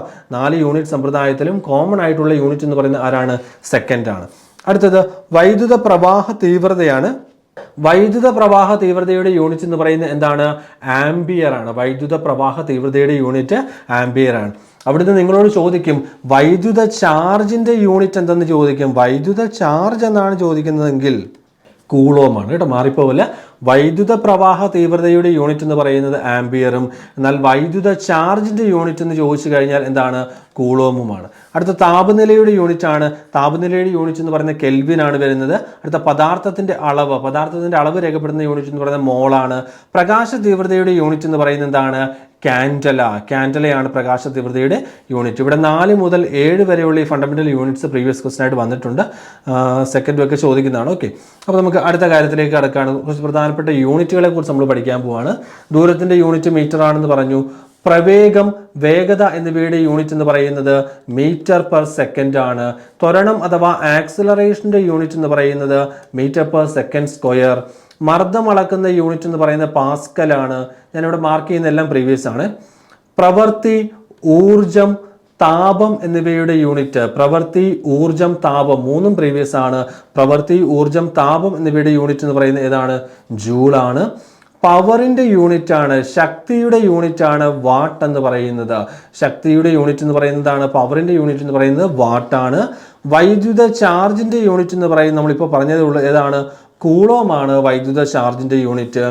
എന്നാൽ യന്ത്രങ്ങളുടെ പവർ പ്രസ്താവിക്കുന്ന യൂണിറ്റ് ആണ് ഹോഴ്സ് പവർ അഥവാ കുതിരശക്തി എന്ന് പറയുന്നത്. പൊട്ടൻഷ്യൽ വ്യത്യാസം രേഖപ്പെടുത്താൻ ഉപയോഗിക്കുന്ന യൂണിറ്റ് അല്ലെങ്കിൽ EMF രേഖപ്പെടുത്തുന്ന യൂണിറ്റ് എന്നൊക്കെ പറഞ്ഞാലും എന്താണ്? വോൾട്ട് ആണ്. റെസിസ്റ്റൻസ് വൈദ്യുത പ്രതിരോധത്തിന്റെ യൂണിറ്റ് എന്ന് പറയുന്നത് എന്താണ്? ഓം ആണ് വൈദ്യുത പ്രതിരോധത്തിന്റെ യൂണിറ്റ്. റെസിസ്റ്റിവിറ്റിയുടെ യൂണിറ്റ് എന്ന് പറയുന്നത് ഓം മീറ്റർ ആണ്. പ്രീവിയസ് ആണ് കേട്ടോ, പ്രീവിയസ് ആണ്. റെസിസ്റ്റൻസ്, റെസിസ്റ്റിവിറ്റി എല്ലാം പ്രീവിയസ് ആണ്. വൈദ്യുത ചാലകതയുടെ യൂണിറ്റ്, കണ്ടക്ടൻസിന്റെ യൂണിറ്റ് എന്ന് പറയുന്നത് എന്താണ്? സീമെൻസ് ആണ്. സീമെൻസ് ആണ് വൈദ്യുത ചാലകതയുടെ യൂണിറ്റ് എന്ന് പറയുന്നത്. കപ്പാസിറ്റൻസ് ആണ്. കപ്പാസിറ്റൻസിന്റെ യൂണിറ്റ് എന്ന് പറയുന്നത് ഫാരഡ് ആണ് വരുന്നത്. ശബ്ദ തീവ്രത രേഖപ്പെടുത്തുന്ന യൂണിറ്റ് എന്ന് പറയുന്നത് ഡെസിബൽ ആണ്. അലക്സാണ്ടർ ഗ്രഹാം ബെല്ലിനോടുള്ള സ്മരണാർത്ഥം നൽകിയിരിക്കുന്ന യൂണിറ്റ് ആണ്. അടുത്തത് ആവൃത്തിയാണ്. ആവൃത്തിയുടെ യൂണിറ്റ് എന്ന് പറയുന്നത് ഹെർട്സ് ആണ്. ഹെൻറിച്ച് ഹെർട്സിനോടുള്ള സ്മരണാർത്ഥം നൽകിയിരിക്കുന്ന യൂണിറ്റ് ആണ് ഹെർട്സ് എന്ന് പറയുന്നത്. വൈദ്യുതധാരയുടെ യൂണിറ്റ് ആംപിയർ ആണ് വൈദ്യുതധാരയുടെ യൂണിറ്റ്. ഇൻഡക്റ്റൻസിന്റെ യൂണിറ്റ് എന്ന് പറയുന്നത് ഹെൻറി. Inductance Henry. കപ്പാസിറ്റൻസ്, ശബ്ദ തീവ്രത, ആവൃത്തി, വൈദ്യുതധാര, ഇൻഡക്റ്റൻസ് ഇതെല്ലാം പ്രീവിയസ് ആണ്. ഇലുമിനൻസിന്റെ യൂണിറ്റ് എന്ന് പറയുന്നത് ലെക്സ്. ഇലുമിനൻസിന്റെ യൂണിറ്റ് എന്ന് പറയുന്നതാണ് ലെക്സ് ആണ്. കാന്തിക ഫ്ലക്സ് രേഖപ്പെടുത്തുന്ന യൂണിറ്റ് ആണ് വെബർ. കാന്തിക ഫ്ലക്സ് അളക്കാൻ ഉപയോഗിക്കുന്ന യൂണിറ്റ് ഏതാണ്? വെബർ ആണ്. ലെൻസിന്റെ പവർ അളക്കാൻ ഉപയോഗിക്കുന്ന യൂണിറ്റ് ഡയോപ്റ്റർ. ഒരുപാട് തവണ PSC ആവർത്തിച്ചിട്ടുള്ള ചോദ്യമാണ്. ലെൻസിന്റെ പവർ രേഖപ്പെടുത്തുന്ന യൂണിറ്റ് ഡയോപ്റ്റർ. അടുത്തത് ലുമിനസ് ഇന്റൻസിറ്റി ആണ്. ലുമിനസ് ഇന്റൻസിറ്റി രേഖപ്പെടുത്തുന്ന യൂണിറ്റ് എന്ന് പറയുന്നത് കാൻഡല. തരംഗദൈർഘ്യം എന്നാണ് ചോദിക്കുന്നതെങ്കിൽ നിങ്ങൾ മീറ്റർ തന്നെ പറഞ്ഞു. പ്രകാശത്തിന്റെ തരംഗദൈർഘ്യം രേഖപ്പെടുത്തുന്ന യൂണിറ്റ് എന്നൊക്കെ എടുത്ത് ചോദിച്ചു കഴിഞ്ഞാൽ എന്തിലേക്ക് പോയാൽ മതി? ആങ്സ്ട്രോങ് പറഞ്ഞാൽ മതി. അപ്പോൾ തരംഗദൈർഘ്യത്തിന്റെ യൂണിറ്റ് എന്ന് ചോദിച്ചാൽ മീറ്റർ എന്നേ ഉത്തരം പറയാവുള്ളൂ. എന്നാൽ പ്രകാശത്തിന്റെ തരംഗദൈർഘ്യം രേഖപ്പെടുത്തുന്ന യൂണിറ്റ് എന്നൊക്കെ ചോദിക്കുകയാണെങ്കിൽ ആങ്സ്ട്രോങ് പറയാം. അതുപോലെ നാനോമീറ്ററിൽ നമ്മൾ എക്സ്പ്രസ് ചെയ്യാറുണ്ട്. നാനോമീറ്റർ, ആങ്സ്ട്രോങ് ഇതൊക്കെയാണ് പ്രകാശത്തിന്റെ തരംഗദൈർഘ്യം രേഖപ്പെടുത്തുന്ന യൂണിറ്റ്. റേഡിയോ ആക്ടിവിറ്റിയുടെ യൂണിറ്റ് എന്ന് പറയുന്നത് ബെക്യുറൽ ആണ്. ഹെൻറി ബെക്യുറൽ എന്നൊരു സയന്റിസ്റ്റ് ഉണ്ട്. നാച്ചുറൽ റേഡിയോ ആക്ടിവിറ്റി അഥവാ പ്രകൃതിദത്ത റേഡിയോ ആക്ടിവിറ്റി കണ്ടുപിടിച്ച ആളാണ് ഹെൻറി ബെക്യുറൽ. അദ്ദേഹത്തോടുള്ള സ്മരണാർത്ഥമാണ് റേഡിയോ ആക്ടിവിറ്റിയുടെ SI യൂണിറ്റ് ആയിട്ട് എന്ന് നൽകിയിരിക്കുന്നത് ബെക്യുറൽ. അതുപോലെ തന്നെ ക്യൂറി എന്ന് പറയുന്ന ഒരു യൂണിറ്റ് ഉപയോഗിക്കാറുണ്ട്. മാഡം ക്യൂറിയോടുള്ള സ്മരണാർത്ഥം നൽകിയിരിക്കുന്ന യൂണിറ്റ് ആണ് ക്യൂറി എന്ന് പറയുന്നത്. അപ്പോൾ ക്യൂറിയും എന്തിൻ്റെ യൂണിറ്റ് തന്നെയാണ്? റേഡിയോ ആക്ടിവിറ്റിയുടെ യൂണിറ്റ് തന്നെയാണ്. അപ്പോൾ നമ്മൾ ഇനി അടുത്ത ചോദ്യത്തിലേക്ക് കടക്കുന്നു. സൗരസ്പെക്ട്രത്തിലെ തരംഗദൈർഘ്യം കൂടിയ വർണ്ണം ഏതെന്നാണ് ചോദിച്ചിരിക്കുന്നത്. അപ്പോൾ നമുക്ക് അതിലേക്കൊന്ന് പഠിച്ചിട്ട് നമുക്ക് തിരിച്ചു വന്നതിൻ്റെ ആൻസറിലേക്ക് വരാം. നമ്മുടെ സൗരസ്പെക്ട്രമാണ് ഈ തന്നിരിക്കുന്നത്. തരംഗദൈർഘ്യത്തെക്കുറിച്ച് പറയുമ്പോഴത്തേക്ക് വയലറ്റിൽ നിന്ന് റെഡിലേക്ക് പോകും തോറും എന്ത് കൂടുന്നു? തരംഗദൈർഘ്യം അഥവാ വേവ് ലെങ്ത് കൂടുന്നു. തരംഗദൈർഘ്യമാണ് പറഞ്ഞത്. അപ്പോൾ തരംഗദൈർഘ്യം വയലറ്റിൽ നിന്ന് റെഡിലേക്ക് പോകുമ്പോൾ കൂടുകയാണ് ചെയ്യുന്നതെങ്കിൽ തരംഗദൈർഘ്യം ഏറ്റവും കുറവ് വയലറ്റിനും തരംഗദൈർഘ്യം ഏറ്റവും കൂടുതൽ ആർക്കാണ്? റെഡിനുമാണ്. ഇനി ആവൃത്തിയെക്കുറിച്ച് പറയുകയാണെങ്കിൽ നേരെ തിരിച്ചാണ്. ഒരു തരംഗത്തിൻ്റെ അല്ലെങ്കിൽ വിസിബിൾ സ്പെക്ട്രത്തിലെ ആവൃത്തിയെക്കുറിച്ച് പറയുമ്പോഴത്തേക്ക് റെഡിൽ നിന്ന് വയലറ്റിലേക്ക് വരും തോറും ആവൃത്തി അഥവാ ഫ്രീക്വൻസി, ആവൃത്തി എന്ത് ചെയ്യുന്നു? കൂടുന്നു. റെഡിൽ നിന്ന് വയലറ്റിലേക്ക് വരും തോറും ആവൃത്തി കൂടുന്നു. അപ്പോൾ ആവൃത്തി ഏറ്റവും കുറവെന്ന് പറയുന്നത് ആർക്കാണ്? ചുവപ്പിനും. ആവൃത്തി ഏറ്റവും കൂടിയ നിറം എന്ന് പറയുന്നത് ആരാണ്? വയലറ്റിനുമാണ്. എന്നാൽ തരംഗദൈർഘ്യം ഏറ്റവും കുറവെന്ന് പറയുന്നത് വയലറ്റിനും തരംഗദൈർഘ്യം ഏറ്റവും കൂടുതൽ എന്ന് പറയുന്ന ആർക്കാണ്? ചുവപ്പിനുമാണ്. ഇനി ഊർജത്തെക്കുറിച്ചാണ് പറയുന്നതെങ്കിൽ ഊർജവും ആവൃത്തിയും തമ്മിലുള്ള ബന്ധം നമ്മൾ സ്കൂളിൽ പഠിക്കുന്നുണ്ട്. E=hν ആണ് വരുന്നത്. അല്ലെങ്കിൽ ഇങ്ങനെ പറയാം, ഊർജം ആവൃത്തിക്ക് നേർ അനുപാതത്തിലാണ്. അതായത് ആവൃത്തിക്കുണ്ടാകുന്ന അതേ മാറ്റമാണ് ഊർജത്തിനുണ്ടാകുന്നത്. ആവൃത്തി കൂടിയാൽ ഊർജം കൂടും. അപ്പോൾ നമുക്ക് ഇങ്ങനെ പറയാൻ സാധിക്കും, റെഡിൽ നിന്ന് വയലറ്റിലേക്ക് വരും തോറും എന്ത് ചെയ്യുന്നു? ഊർജവും എനർജിയും കൂടുന്നു. അപ്പോൾ ഇത്രയും കാര്യങ്ങൾ ഓർത്തിരിക്കുക. തരംഗദൈർഘ്യം ഏറ്റവും കുറവ് വയലറ്റിനും കൂടുതൽ റെഡിനും, ആവൃത്തി ഏറ്റവും കുറവ് റെഡിനും കൂടുതൽ വയലറ്റിനും, ഊർജം ഏറ്റവും കുറഞ്ഞ നിറമെന്ന് പറയുന്നത് ചുവപ്പും ഊർജം ഏറ്റവും കൂടിയ നിറമെന്ന് പറയുന്ന ആരാണ്? വയലറ്റുമാണ്. ചോദ്യത്തിലേക്ക് ഞാൻ തിരിച്ചു വരുന്നു. തരംഗദൈർഘ്യം ഏറ്റവും കൂടിയ വർണ്ണം എന്നാണ് ചോദിച്ചിരിക്കുന്നത്. തരംഗദൈർഘ്യം കുറവ് വയലറ്റിനും കൂടുതൽ റെഡിനും എന്നാണ് നമ്മൾ പഠിച്ചത്. അപ്പോൾ ആൻസർ ഓപ്ഷൻ ഡി ആണ്, ചുവപ്പാണ് വരുന്നത്. അപ്പോൾ നമുക്ക് അടുത്ത കാര്യത്തിലേക്ക് പോകുന്നു.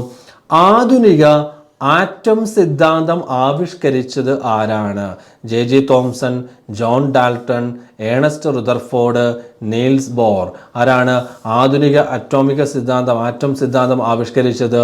ഓപ്ഷൻ ബി ആണ്, ജോൺ ഡാൾട്ടൺ ആണ് ആധുനിക ആറ്റോമിക സിദ്ധാന്തം ആവിഷ്കരിച്ചത്.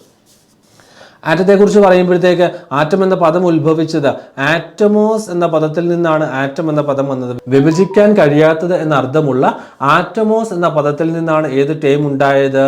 ആറ്റം എന്ന പദം ഉണ്ടായത്. ആറ്റത്തെ കണ്ടെത്തിയത് ആരാണ്? ജോൺ ഡാൾട്ടൺ ആണ്. പ്രീവിയസ് ക്വസ്റ്റ്യൻ ആണ്. അതുപോലെ ആറ്റം എന്ന പദം ആദ്യമായി ഉപയോഗിച്ചത് ആരെന്ന് ചോദിച്ചു കഴിഞ്ഞാൽ ഓസ്റ്റ്വാൾഡ് ആണ് കേട്ടോ. ഓസ്റ്റ്വാൾഡ് ആണ് ആറ്റം എന്ന പദം ആദ്യമായി ഉപയോഗിക്കുന്നത്. ഓസ്റ്റ്വാൾഡിനെ കുറിച്ച് പറയുമ്പോഴത്തേക്ക് ഓസ്റ്റ്വാൾഡ് പ്രക്രിയ എന്ന് ഓർത്ത് വെച്ചോണം. ഓസ്റ്റ്വാൾഡ് പ്രോസസ്സ് നമ്മുടെ നൈട്രിക് ആസിഡിന്റെ നിർമ്മാണ പ്രക്രിയയാണ് ഇത് ഓസ്റ്റ്വാൾഡ് പ്രക്രിയ എന്ന് പറയുന്നത്.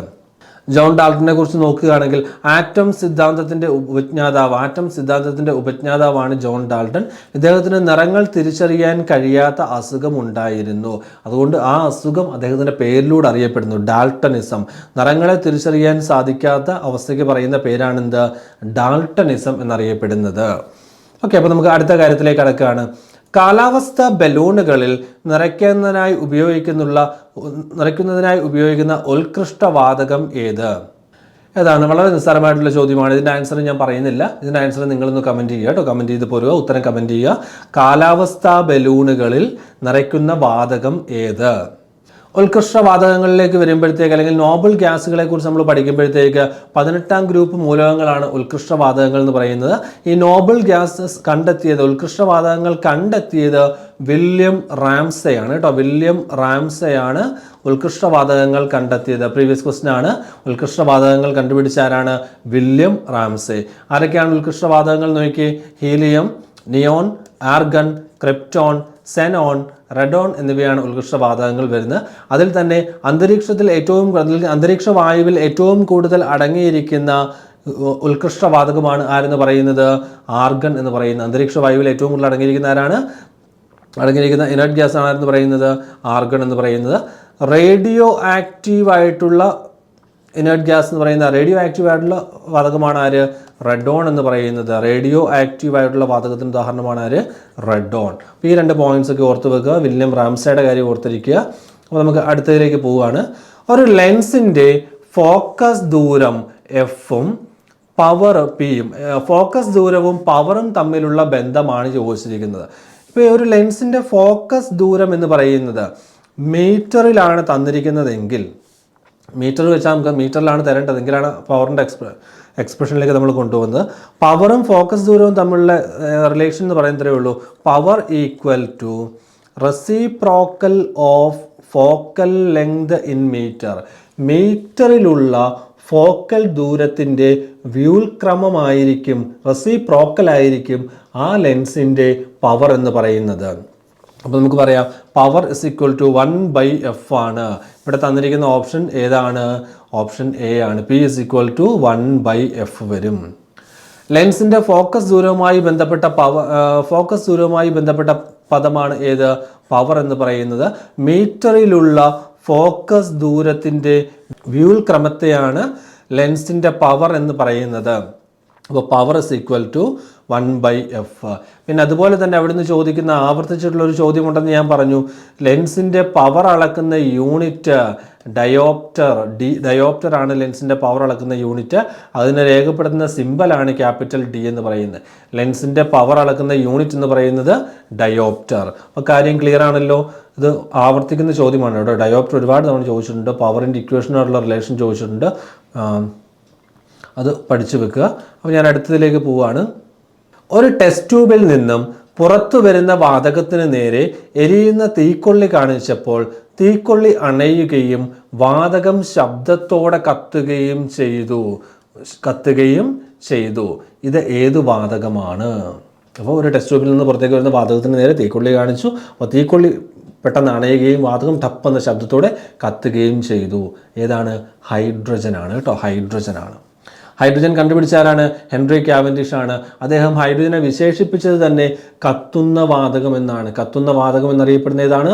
ഹൈഡ്രജൻ ആണ്. കത്തുന്ന വാതകം എന്നറിയപ്പെടുന്നത് ഹൈഡ്രജൻ.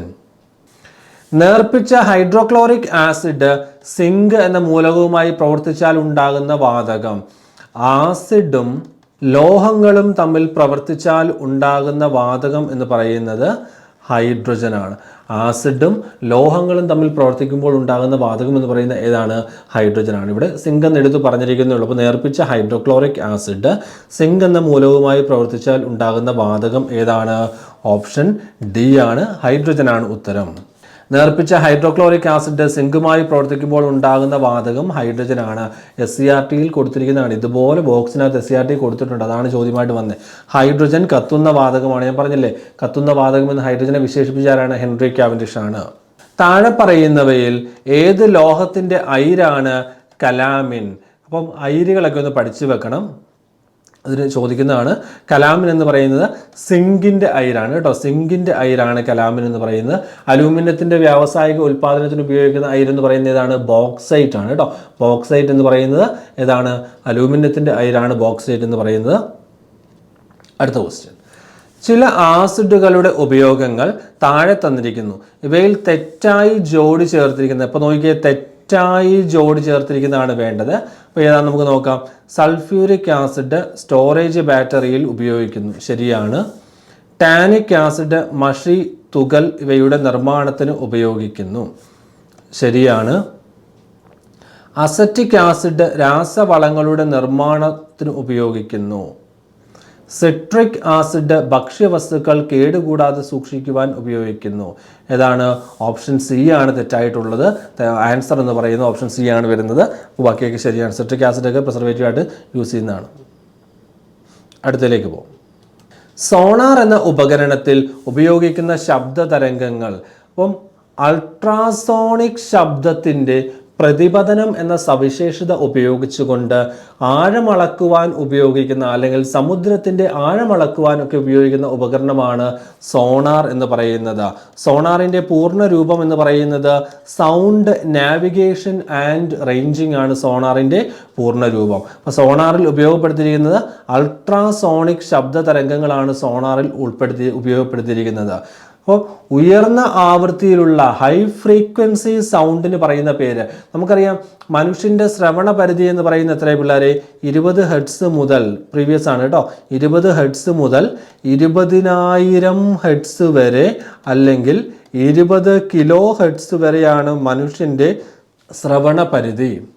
മനുഷ്യന് കേൾക്കാൻ സാധിക്കുന്ന ഉയർന്ന ആവൃത്തിയിൽ ഉള്ള ശബ്ദത്തേക്കാൾ കൂടിയ ആവൃത്തിയിലുള്ള ശബ്ദത്തിന് പറയുന്ന പേരാണെന്ത്? അൾട്രാസോണിക്. മനുഷ്യന് കേൾക്കാൻ സാധിക്കുന്നതിലും താഴ്ന്ന ആവൃത്തിയിലുള്ള ശബ്ദത്തിന് പറയുന്ന പേരാണെന്ത്? ഇൻഫ്രാസോണിക്. ഓർത്തിരിക്കുക, 20 കിലോ ഹെർട്സിന് മുകളിലുള്ള ശബ്ദമാണ് അൾട്രാസോണിക് എന്ന് പറയുന്നത്. 20 കിലോ ഹെർട്സിന് മുകളിലുള്ള ശബ്ദം അറിയപ്പെടുന്നതാണ് അൾട്രാസോണിക്കും. മനുഷ്യന് കേൾക്കാൻ സാധിക്കുന്ന 20 ഹെർട്സിന് താഴെയുള്ള, 20 ഹെർട്സിലും താഴെയുള്ളതാണെന്ത്? ഇൻഫ്രാസോണിക് എന്ന് പറയുന്നത്. ഇനി അക്വസ്റ്റിക് എന്നാണ് പറഞ്ഞത്. അപ്പോൾ അക്വസ്റ്റിക്സിലേക്ക് കൂടെ നമുക്കൊന്ന് പോകാം. അക്വസ്റ്റിക്സ് ശബ്ദത്തെക്കുറിച്ചുള്ള പഠനം അല്ലെങ്കിൽ ശബ്ദശാസ്ത്രം അറിയപ്പെടുന്ന പേരാണെന്ത്? അക്വസ്റ്റിക്സ് എന്ന് പറയുന്നത്. ശബ്ദശാസ്ത്രം അറിയപ്പെടുന്ന പേരാണെന്ത്? അക്വസ്റ്റിക്സ്. അടുത്ത ക്വസ്റ്റ്യൻ. ഒരു വസ്തുവിന് അതിൻ്റെ സ്ഥാനം മൂലം ലഭ്യമാകുന്ന ഊർജം ഏത്? ഒരു വസ്തുവിന് അതിൻ്റെ സ്ഥാനം മൂലം ലഭ്യമാകുന്ന ഊർജമാണ് സ്ഥിതികോർജം എന്ന് പറയുന്നത്. ഒരു വസ്തുവിന് അതിൻ്റെ സ്ഥാനം മൂലം ലഭ്യമാകുന്ന ഊർജം ഏതാണ്? സ്ഥിതികോർജമാണ്. സ്ഥിതികോർജം കണ്ടുപിടിക്കാനുള്ള സമവാക്യം എന്ന് പറയുന്നത് U = mgh ആണ്. mgh ആണ്. ഒരു വസ്തുവിന് ചലനം മൂലം ലഭ്യമാകുന്ന ഊർജ്ജമാണ്. ഇവിടെ ആൻസർ സി ആണ്. ചലനം മൂലം ലഭ്യമാകുന്ന ഊർജ്ജമാണ് ഗതികോർജം. ഗതികോർജം കാണാനുള്ള ഇക്വേഷൻ എന്ന് പറയുന്നതാണ് 12mv² ആണ്. അപ്പോൾ ഇവിടുന്ന് ചോദിക്കും ഒരു വസ്തുവിൻ്റെ പ്രവേഗം ഇരട്ടിയായാൽ അതിൻ്റെ ഗതികോർജ്ജത്തിനുണ്ടാകുന്ന മാറ്റം എന്ത്, അങ്ങനെയൊക്കെ ചോദ്യങ്ങൾ വരുന്നതാണ്. അപ്പോൾ നമുക്ക് അതൊക്കെ ചെയ്യാവുന്നേ ഉള്ളൂ ഇവിടുന്ന്. അപ്പോൾ ഞാൻ അടുത്ത ക്വസ്റ്റ്യനിലേക്ക് കടക്കുകയാണ്. പ്രകാശം അതിൻ്റെ ഘടകവർണ്ണങ്ങളായി മാറുന്ന പ്രതിഭാസത്തിൻ്റെ പേര് എന്ത്? അപവർത്തനം, പ്രകീർണനം, പ്രതിപതനം, പൂർണ്ണ ആന്തരിക പ്രതിഫലനം. എന്താണ്? ഒരു സമന്വിത പ്രകാശം അതിൻ്റെ ഘടകവർണ്ണങ്ങളായി വേർപിരിയുന്ന പ്രതിഭാസത്തിന് പറയുന്ന പേരാണ് പ്രകീർണനം അഥവാ ഡിസ്പേർഷൻ എന്ന് പറയും. ഡിസ്പേർഷൻ, പ്രകീർണനം അഥവാ ഡിസ്പേർഷൻ. മഴവില്ലിന് കാരണം PSCയുടെ ഒരു ഫേവറേറ്റ് ക്വസ്റ്റ്യൻ ആണ്. പല കാരണങ്ങൾ, അപവർത്തനം സംഭവിക്കുന്നുണ്ട്, പൂർണ്ണാന്തര പ്രതിഫലനം നടക്കുന്നുണ്ട്, പ്രകീർണനം നടക്കുന്നുണ്ട്. ഈ കാര്യങ്ങളെല്ലാം നടന്നിട്ടാണ് മഴവില്ല് രൂപം കൊള്ളുന്നത്. എന്നാലും PSC ക്വസ്റ്റ്യൻ ചോദിക്കുമ്പോഴത്തേക്ക് അവർ നമ്മളോട് ചോദിക്കും മഴവില്ലിന് കാരണം എന്തെന്ന് മാത്രം ചോദിക്കും. അപ്പോൾ അങ്ങനെ ഒരു ഒരെണ്ണം മാത്രം ഓപ്ഷൻ തരും. അവിടെ ഇമ്പോർട്ടൻസ് കൂടുതൽ ആർക്കാണ്? പ്രകീർണനത്തിനാണ് അവിടെ ഇമ്പോർട്ടൻസ് എന്ന് പറയുന്നത്. പ്രകീർണനം എന്ന് പറയാം. അല്ലെങ്കിൽ വേറെ രീതിയിലുള്ള ക്വസ്റ്റ്യൻ വന്നിട്ടുണ്ട്, മഴവില്ല് രൂപപ്പെടുമ്പോൾ സംഭവിക്കുന്ന പ്രകാശ പ്രതിഭാസങ്ങൾ ഏതൊക്കെയെന്ന് ചോദിച്ചിട്ടുണ്ട്. അങ്ങനെ ചോദിച്ചാൽ പറയുക അപവർത്തനം നടക്കുന്നുണ്ട്, പൂർണ്ണാന്തര പ്രതിഫലനം നടക്കുന്നുണ്ട്, പ്രകീർണനം നടക്കുന്നുണ്ട്. ഇത് മൂന്നും സംഭവിക്കുന്നുണ്ട് മഴവില്ല് രൂപം കൊള്ളുമ്പോൾ. ഇതിൽ മൂന്നിൽ പ്രധാനപ്പെട്ടത് പ്രകീർണനമാണ്. അതുകൊണ്ടാണ് ചില സാഹചര്യങ്ങളിൽ പ്രകീർണനം മാത്രമായിട്ട് ഓപ്ഷനിൽ തരാറുള്ളത്. അടുത്ത് താഴെ പറയുന്നവയിൽ ഊഷ്മാവിൻ്റെ യൂണിറ്റ് അല്ലാത്തത് ഏത്? Celsius, Fahrenheit, Kelvin, Pascal. ഊഷ്മാവിൻ്റെ യൂണിറ്റ്, സെൽഷ്യസ് ഊഷ്മാവിൻ്റെ യൂണിറ്റ് ആണ്, കെൽവിൻ ഊഷ്മാവിൻ്റെ യൂണിറ്റ് ആണ്, ഫാരൻഹീറ്റ് ഊഷ്മാവിൻ്റെ യൂണിറ്റ് ആണ്, പാസ്കൽ ഊഷ്മാവിൻ്റെ യൂണിറ്റ് അല്ല. അപ്പോൾ നമ്മുടെ ഉത്തരം എന്ന് പറയുന്നത് ഏതാണ്? ഉത്തരം എന്ന് പറയുന്നത് പാസ്കലാണ്. പാസ്കൽ എന്ന് പറയുന്നത് മർദ്ദം അളക്കാൻ ഉപയോഗിക്കുന്ന യൂണിറ്റ് ആണ്. ഏത്? പാസ്കൽ എന്ന് പറയുന്നത് മർദ്ദത്തിൻ്റെ യൂണിറ്റ് ആണ് പാസ്കൽ. അടുത്ത ക്വസ്റ്റ്യൻ ആണ്, ഒരു വസ്തുവിന് യൂണിറ്റ് സമയത്തിലുണ്ടാകുന്ന സ്ഥാനാന്തരം അറിയപ്പെടുന്ന പേര്? വേഗം, ത്വരണം, മന്ദീകരണം, പ്രവേഗം. സ്ഥാനാന്തരം ഡിവൈഡഡ് ബൈ സമയം, യൂണിറ്റ് സമയത്തിലുണ്ടാകുന്ന സ്ഥാനാന്തരത്തിന് പറയുന്ന പേരാണ് എന്ത്? പ്രവേഗം എന്ന് പറയും. പ്രവേഗം. ഇനി പ്രവേഗത്തിൻ്റെ യൂണിറ്റ് നിങ്ങൾ നോക്കിയാൽ മീറ്റർ പെർ സെക്കൻഡ് ആണ്. വേഗതയുടെ യൂണിറ്റ് എന്ന് പറയുന്നത് മീറ്റർ പെർ സെക്കൻഡ് ആണ്. ത്വരണത്തിൻ്റെ യൂണിറ്റ് എന്ന് പറയുന്നത് മീറ്റർ പെർ സെക്കൻഡ് സ്ക്വയർ ആണ്. മന്ദീകരണം എന്ന് പറയുന്നത് ശരിക്കും പറഞ്ഞാൽ ത്വരണം തന്നെ. അത് നെഗറ്റീവ് ആകുമ്പോൾ, ഒരു വസ്തുവിൻ്റെ ത്വരണം നെഗറ്റീവ് ആകുമ്പോൾ, ആക്സിലറേഷൻ നെഗറ്റീവ് ആകുന്നതിന് നമ്മൾ വിളിക്കുന്ന പേരാണ് മന്ദീകരണം അഥവാ retardation. Negative acceleration is called എന്താണ്? റിറ്റാർഡേഷൻ അഥവാ മന്ദീകരണം. അപ്പോൾ റിറ്റാർഡേഷൻ്റെ അല്ലെങ്കിൽ മന്ദീകരണത്തിൻ്റെ യൂണിറ്റ് എന്ന് ചോദിച്ചാലും എന്ത് തന്നെ പറയാം? മീറ്റർ പെർ സെക്കൻഡ് സ്ക്വയർ എന്ന് തന്നെ പറയുവാൻ സാധിക്കും. വേഗം എന്ന് പറയുന്നത് ദൂരം ബൈ സമയമാണ്. പ്രവേഗം എന്ന് പറയുന്നത് സ്ഥാനാന്തരം ബൈ സമയമാണ്. പ്രവേഗ മാറ്റത്തിന്റെ നിരക്കിന് പറയുന്ന പേരാണ് എന്ത്? ത്വരണം എന്ന് പറയുന്നത്. പ്രവേഗ മാറ്റത്തിന്റെ നിരക്കിനെ വിളിക്കുന്ന പേരാണ് ത്വരണം എന്ന് പറയുന്നത്. ഓക്കെ, അടുത്ത് എല്ലാ പ്രവൃത്തിക്കും തുല്യവും വിപരീതവുമായ പ്രതിപ്രവൃത്തി ഉണ്ടായിരിക്കും. ഐസക് ന്യൂട്ടന്റെ എത്രാമത്തെ ചലന നിയമം ആണിത്? എല്ലാ പ്രവൃത്തിക്കും തുല്യവും വിപരീതവുമായ പ്രതിപ്രവൃത്തി ഉണ്ടായിരിക്കും. അപ്പോൾ പ്രവൃത്തിയെയും പ്രതിപ്രവൃത്തിയെയും കുറിച്ച് പറയുന്നത് ഏത് ചലന നിയമത്തിലാണ്? മൂന്നാം ചലന നിയമത്തിലാണ്. തേർഡ് ലോ ഓഫ് മോഷനിലാണ് വരുന്നത്. ചലന നിയമങ്ങൾ മൂന്നും കൊടുത്തിട്ടുണ്ട്. ഒന്നാം ചലന നിയമം പറയുന്നതാണ്, അസന്തുലിതമായൊരു ബാഹ്യബലം പ്രയോഗിക്കുന്നതുവരെ ഓരോ വസ്തുവും അതിൻ്റെ നിശ്ചലാവസ്ഥയിലോ നേർരേഖ സമചലനത്തിലോ തുടരുന്നതാണ്. ഇതാണ് ഒന്നാം ചലന നിയമം എന്ന് പറയുന്നത്. അപ്പോൾ ബാഹ്യബലത്തെക്കുറിച്ച്, എക്സ്റ്റേണൽ ഫോഴ്സിനെ കുറിച്ച്, അസന്തുലിത ബാഹ്യബലത്തെക്കുറിച്ചാണ് ആര് പരാമർശിക്കുന്നത്? ഒന്നാം ചലന നിയമം പറയുന്നത്. അല്ലെങ്കിൽ അതിലൂടെ നമുക്ക് മനസ്സിലാക്കേണ്ടത് ജഡത്വം എന്ന ആശയമാണ്. ഏതൊരു വസ്തുവും അതിൻ്റെ നിലവിലെ അവസ്ഥയിൽ തന്നെ തുടരുമെന്നാണ് പറഞ്ഞിരിക്കുന്നത്. ജഡത്വം എന്ന ആശയം അവതരിപ്പിക്കുന്ന നിയമമാണ് ഇത് ഒന്നാം ചലന നിയമം എന്ന് പറയുന്നത്. ഒരു വസ്തുവിനുണ്ടാകുന്ന ആക്കവ്യത്യാസത്തിൻ്റെ നിരക്ക് ആ വസ്തുവിൽ പ്രയോഗിക്കുന്ന അസന്തുലിത ബാഹ്യബലത്തിന് നേർ അനുപാതത്തിലായിരിക്കും. അവിടുന്ന് F=ma എന്ന സമവാക്യമൊക്കെ വരുന്ന എവിടുന്നാണ്? രണ്ടാം ചലന നിയമത്തിൽ നിന്നാണ്. അപ്പോൾ ഇതാണ് നമ്മുടെ സെക്കൻഡ് ലോ ഓഫ് മോഷൻ എന്ന് പറയുന്നത്. അപ്പോൾ ഇത് നമ്മുടെ ഫസ്റ്റ് ലോ ആണെന്ന് പറഞ്ഞു, സെക്കൻഡ് ലോ. അടുത്തത് തേർഡ് ലോയിലേക്കാണ് നമ്മൾ വരുന്നത്. ഏതൊരു പ്രവർത്തനത്തിനും തുല്യവും വിപരീതവുമായ ഒരു പ്രതിപ്രവർത്തനം ഉണ്ടായിരിക്കും. അതാണെന്ത്? മൂന്നാം ചലന നിയമം എന്ന് പറയുന്നത്. റോക്കറ്റ് വിക്ഷേപണവുമായി ബന്ധപ്പെട്ടിരിക്കുന്ന ന്യൂട്ടന്റെ ചലന നിയമം എന്ന് ചോദിക്കും. ഏതാണ്? മൂന്നാം ചലന നിയമമാണ്. മൂന്നാം ചലന നിയമവും അതുപോലെ തന്നെ ആക്ക സംരക്ഷണ നിയമം, ഇത് രണ്ടും റോക്കറ്റ് വിക്ഷേപണവുമായി ബന്ധപ്പെട്ടതാണ്. മൂന്നാം ചലന നിയമവും ആക്ക സംരക്ഷണ നിയമവും റോക്കറ്റ് വിക്ഷേപണം. റോക്കറ്റിൽ ഉപയോഗിക്കുന്ന ഇന്ധനം എന്ന് പറയുന്നത് എന്താണ്? ദ്രവ ഹൈഡ്രജൻ ആണ്. ലിക്വിഡ് ഹൈഡ്രജൻ ആണ് റോക്കറ്റുകളിൽ ഉപയോഗിക്കുന്ന ഇന്ധനം എന്ന് പറയുന്നത്. അടുത്തത് അൽ നിക്കോ. അൽ നിക്കോ എന്ന ലോഹസങ്കരത്തിൽ ഉൾപ്പെടാത്ത ലോഹമാണ് ചോദിച്ചിരിക്കുന്നത്. ഈ അൽ നിക്കോയിൽ ആരൊക്കെ ഉണ്ടെന്ന് പഠിച്ചു വെക്കണം. അലൂമിനിയം ഉണ്ട്, നിക്കലുണ്ട്, കൊബാൾട്ട് ഉണ്ട്. ഇത് മൂന്നും കൂടാതെ ഇരുമ്പും അടങ്ങിയിട്ടുണ്ട്. ഇരുമ്പ്, അലൂമിനിയം, നിക്കൽ, കൊബാൾട്ട് എന്നിവയുടെ ലോഹസങ്കരമാണ് അൽ നിക്കോ എന്ന് പറയുന്നത്. അപ്പോൾ അൽ നിക്കോയിൽ അടങ്ങിയിട്ടില്ലാത്തത് ഏതാണ്? മഗ്നീഷ്യമാണ് അൽ നിക്കോയിൽ അടങ്ങിയിട്ടില്ലാത്ത ലോഹം എന്ന് പറയുന്നത്. അടുത്ത് അൽ നിക്കോയുടെ കുറച്ച് ഉപയോഗങ്ങളാണ് പറഞ്ഞിരിക്കുന്നത്. കുറച്ച് പ്രധാനപ്പെട്ട ലോഹസങ്കരങ്ങളും അവയുടെ ഉപയോഗങ്ങളുമാണ് പറഞ്ഞിരിക്കുന്നത്. വിമാനത്തിൻ്റെ നിർമ്മാണം, വിമാനത്തിൻ്റെ ബോഡി നിർമ്മിക്കാനൊക്കെ ഉപയോഗിക്കുന്ന എന്താണ്? ഡുറാലുമിനാണ്. എന്നാൽ വിമാനത്തിൻ്റെ എൻജിൻ നിർമ്മിക്കാൻ ഉപയോഗിക്കുന്ന ലോഹമാണ് ഇത്? ടൈറ്റാനിയം എന്ന് പറയുന്നത്. വിമാനങ്ങളുടെ എൻജിൻ നിർമ്മിക്കാൻ ഉപയോഗിക്കുന്ന ഇതാണ് ടൈറ്റാനിയം. അൽ നിക്കോയുടെ ഉപയോഗമാണ് പറഞ്ഞിരിക്കുന്നത്. സ്ഥിരകാന്തങ്ങൾ നിർമ്മിക്കുവാൻ, പെർമനന്റ് മാഗ്നറ്റ് നിർമ്മിക്കുവാൻ ഉപയോഗിക്കുന്നത്, പ്രീവിയസ് ക്വസ്റ്റ്യൻ ആണ്. സ്ഥിരകാന്തങ്ങൾ നിർമ്മിക്കാൻ ഉപയോഗിക്കുന്ന ലോഹസങ്കരം എന്ന് പറയുന്നത് ഏതാണ്? അൽ നിക്കോയാണ്. ക്ലോക്കിന്റെ പെൻഡുലം നിർമ്മിക്കാൻ ഉപയോഗിക്കുന്ന ലോഹസങ്കരം എന്ന് പറയുന്നത് ഇൻവാർ. താപീയ വികാസം കുറവുള്ള ലോഹസങ്കരമാണ് ഇത്, ഇൻവാർ. ക്ലോക്കിന്റെ പെൻഡുലം നിർമ്മിക്കാൻ ഉപയോഗിക്കുന്ന ലോഹസങ്കരം എന്ന് പറയുന്നതാണ് ഇൻവാർ. സ്വർണത്തിന്റെയും വെള്ളിയുടെയും ലോഹസങ്കരത്തിന് പറയുന്ന പേരാണ് ഇലക്ട്രം. സ്വർണത്തിന്റെയും വെള്ളിയുടെയും ലോഹസങ്കരം അറിയപ്പെടുന്ന പേരാണ് ഇലക്ട്രം. അപ്പോൾ നമ്മൾ അടുത്ത ക്വസ്റ്റ്യനിലേക്ക് കടക്കുകയാണ്. താഴെ കൊടുത്തിരിക്കുന്നവയിൽ ഉപലോഹങ്ങളുടെ വിഭാഗത്തിൽ പെടുന്നത് ഏത്? ഉപലോഹങ്ങളൊക്കെ ചോദിക്കുമ്പോൾ നിങ്ങൾക്ക് ചിലപ്പോൾ കൺഫ്യൂഷനൊക്കെ ഉണ്ടാകും. ഇങ്ങനെയുള്ള ചോദ്യങ്ങൾ കാണുമ്പോൾ നിങ്ങൾക്ക് ചെറിയൊരു പേടിയൊക്കെ ഉണ്ടാകും. ഇങ്ങനെയുള്ള ചോദ്യങ്ങൾ കാണുമ്പോൾ നിങ്ങൾ എപ്പോഴും നോക്കൂ, സിലിക്കൺ, ജർമേനിയം, ഇത് രണ്ടും മനസ്സിലുണ്ടാകണം. സിലിക്കണും ജർമേനിയവും ഉപലോഹത്തിന് ഉദാഹരണമാണ്. സിലിക്കണും ജർമേനിയവും ഉപലോഹത്തിന് ഉദാഹരണമാണ്. ഒരൊറ്റ PSC പരീക്ഷയിൽ പോലും സിലിക്കണും ജർമേനിയവും ഓപ്ഷനിൽ ഇല്ലാണ്ട് ഇങ്ങനത്തെ ക്വസ്റ്റ്യൻ ചോദിക്കില്ല. ഇതിൽ ഏതെങ്കിലും ഒരാൾ അല്ലെങ്കിൽ ഇതിൽ രണ്ടും ഓപ്ഷനിൽ ഉണ്ടായിരിക്കും. അത് വെച്ച് നമുക്ക് ഇവനെ മാനേജ് ചെയ്യാവുന്നേ ഉള്ളൂ. അപ്പോൾ ഉപലോഹങ്ങൾക്ക് പ്രധാനപ്പെട്ട ഉദാഹരണമാണ് ഇത് സിലിക്കൺ, ജർമേനിയം. എല്ലാ ഉപലോഹങ്ങളും ഒന്നും നിങ്ങൾ പഠിച്ചു വെച്ചില്ലെങ്കിലും സിലിക്കണും ജർമേനിയവും എപ്പോഴും മനസ്സിലുണ്ടാകുക. അപ്പോൾ ഉപലോഹങ്ങളുടെ വിഭാഗത്തിൽ പെടുന്ന ഏതെന്നാണ് ചോദിച്ചിരിക്കുന്നത്. അപ്പോൾ സിലിക്കൺ, ജർമേനിയം ഉള്ള ഓപ്ഷൻ മാർക്ക് ചെയ്തോളുക. ഏതാണ്? Germanium, silicon, arsenic. അപ്പോൾ ഓപ്ഷൻ ഡി ആണ് ഉപലോഹങ്ങളുടെ കേസ് വരുന്നത്. അപ്പം ജർമേനിയവും സിലിക്കണും വിട്ട് PSC ഒരു ഓപ്ഷൻ നിങ്ങൾക്ക് തരത്തില്ല, അത് ഗ്യാരണ്ടിയാണ് കേട്ടോ. അടുത്തതിലേക്ക് പോവാണ്. രാസവസ്തുക്കളുടെ രാജാവ് എന്നാണ് സൾഫ്യൂരിക് അമ്ലം അറിയപ്പെടുന്നത്. നമ്മുടെ നിത്യജീവിതത്തിലെ ഏതെല്ലാം സന്ദർഭങ്ങളിൽ സൾഫ്യൂരിക് ആസിഡ് അഥവാ സൾഫ്യൂരിക് അമ്ലം ഉപയോഗിക്കുന്നു?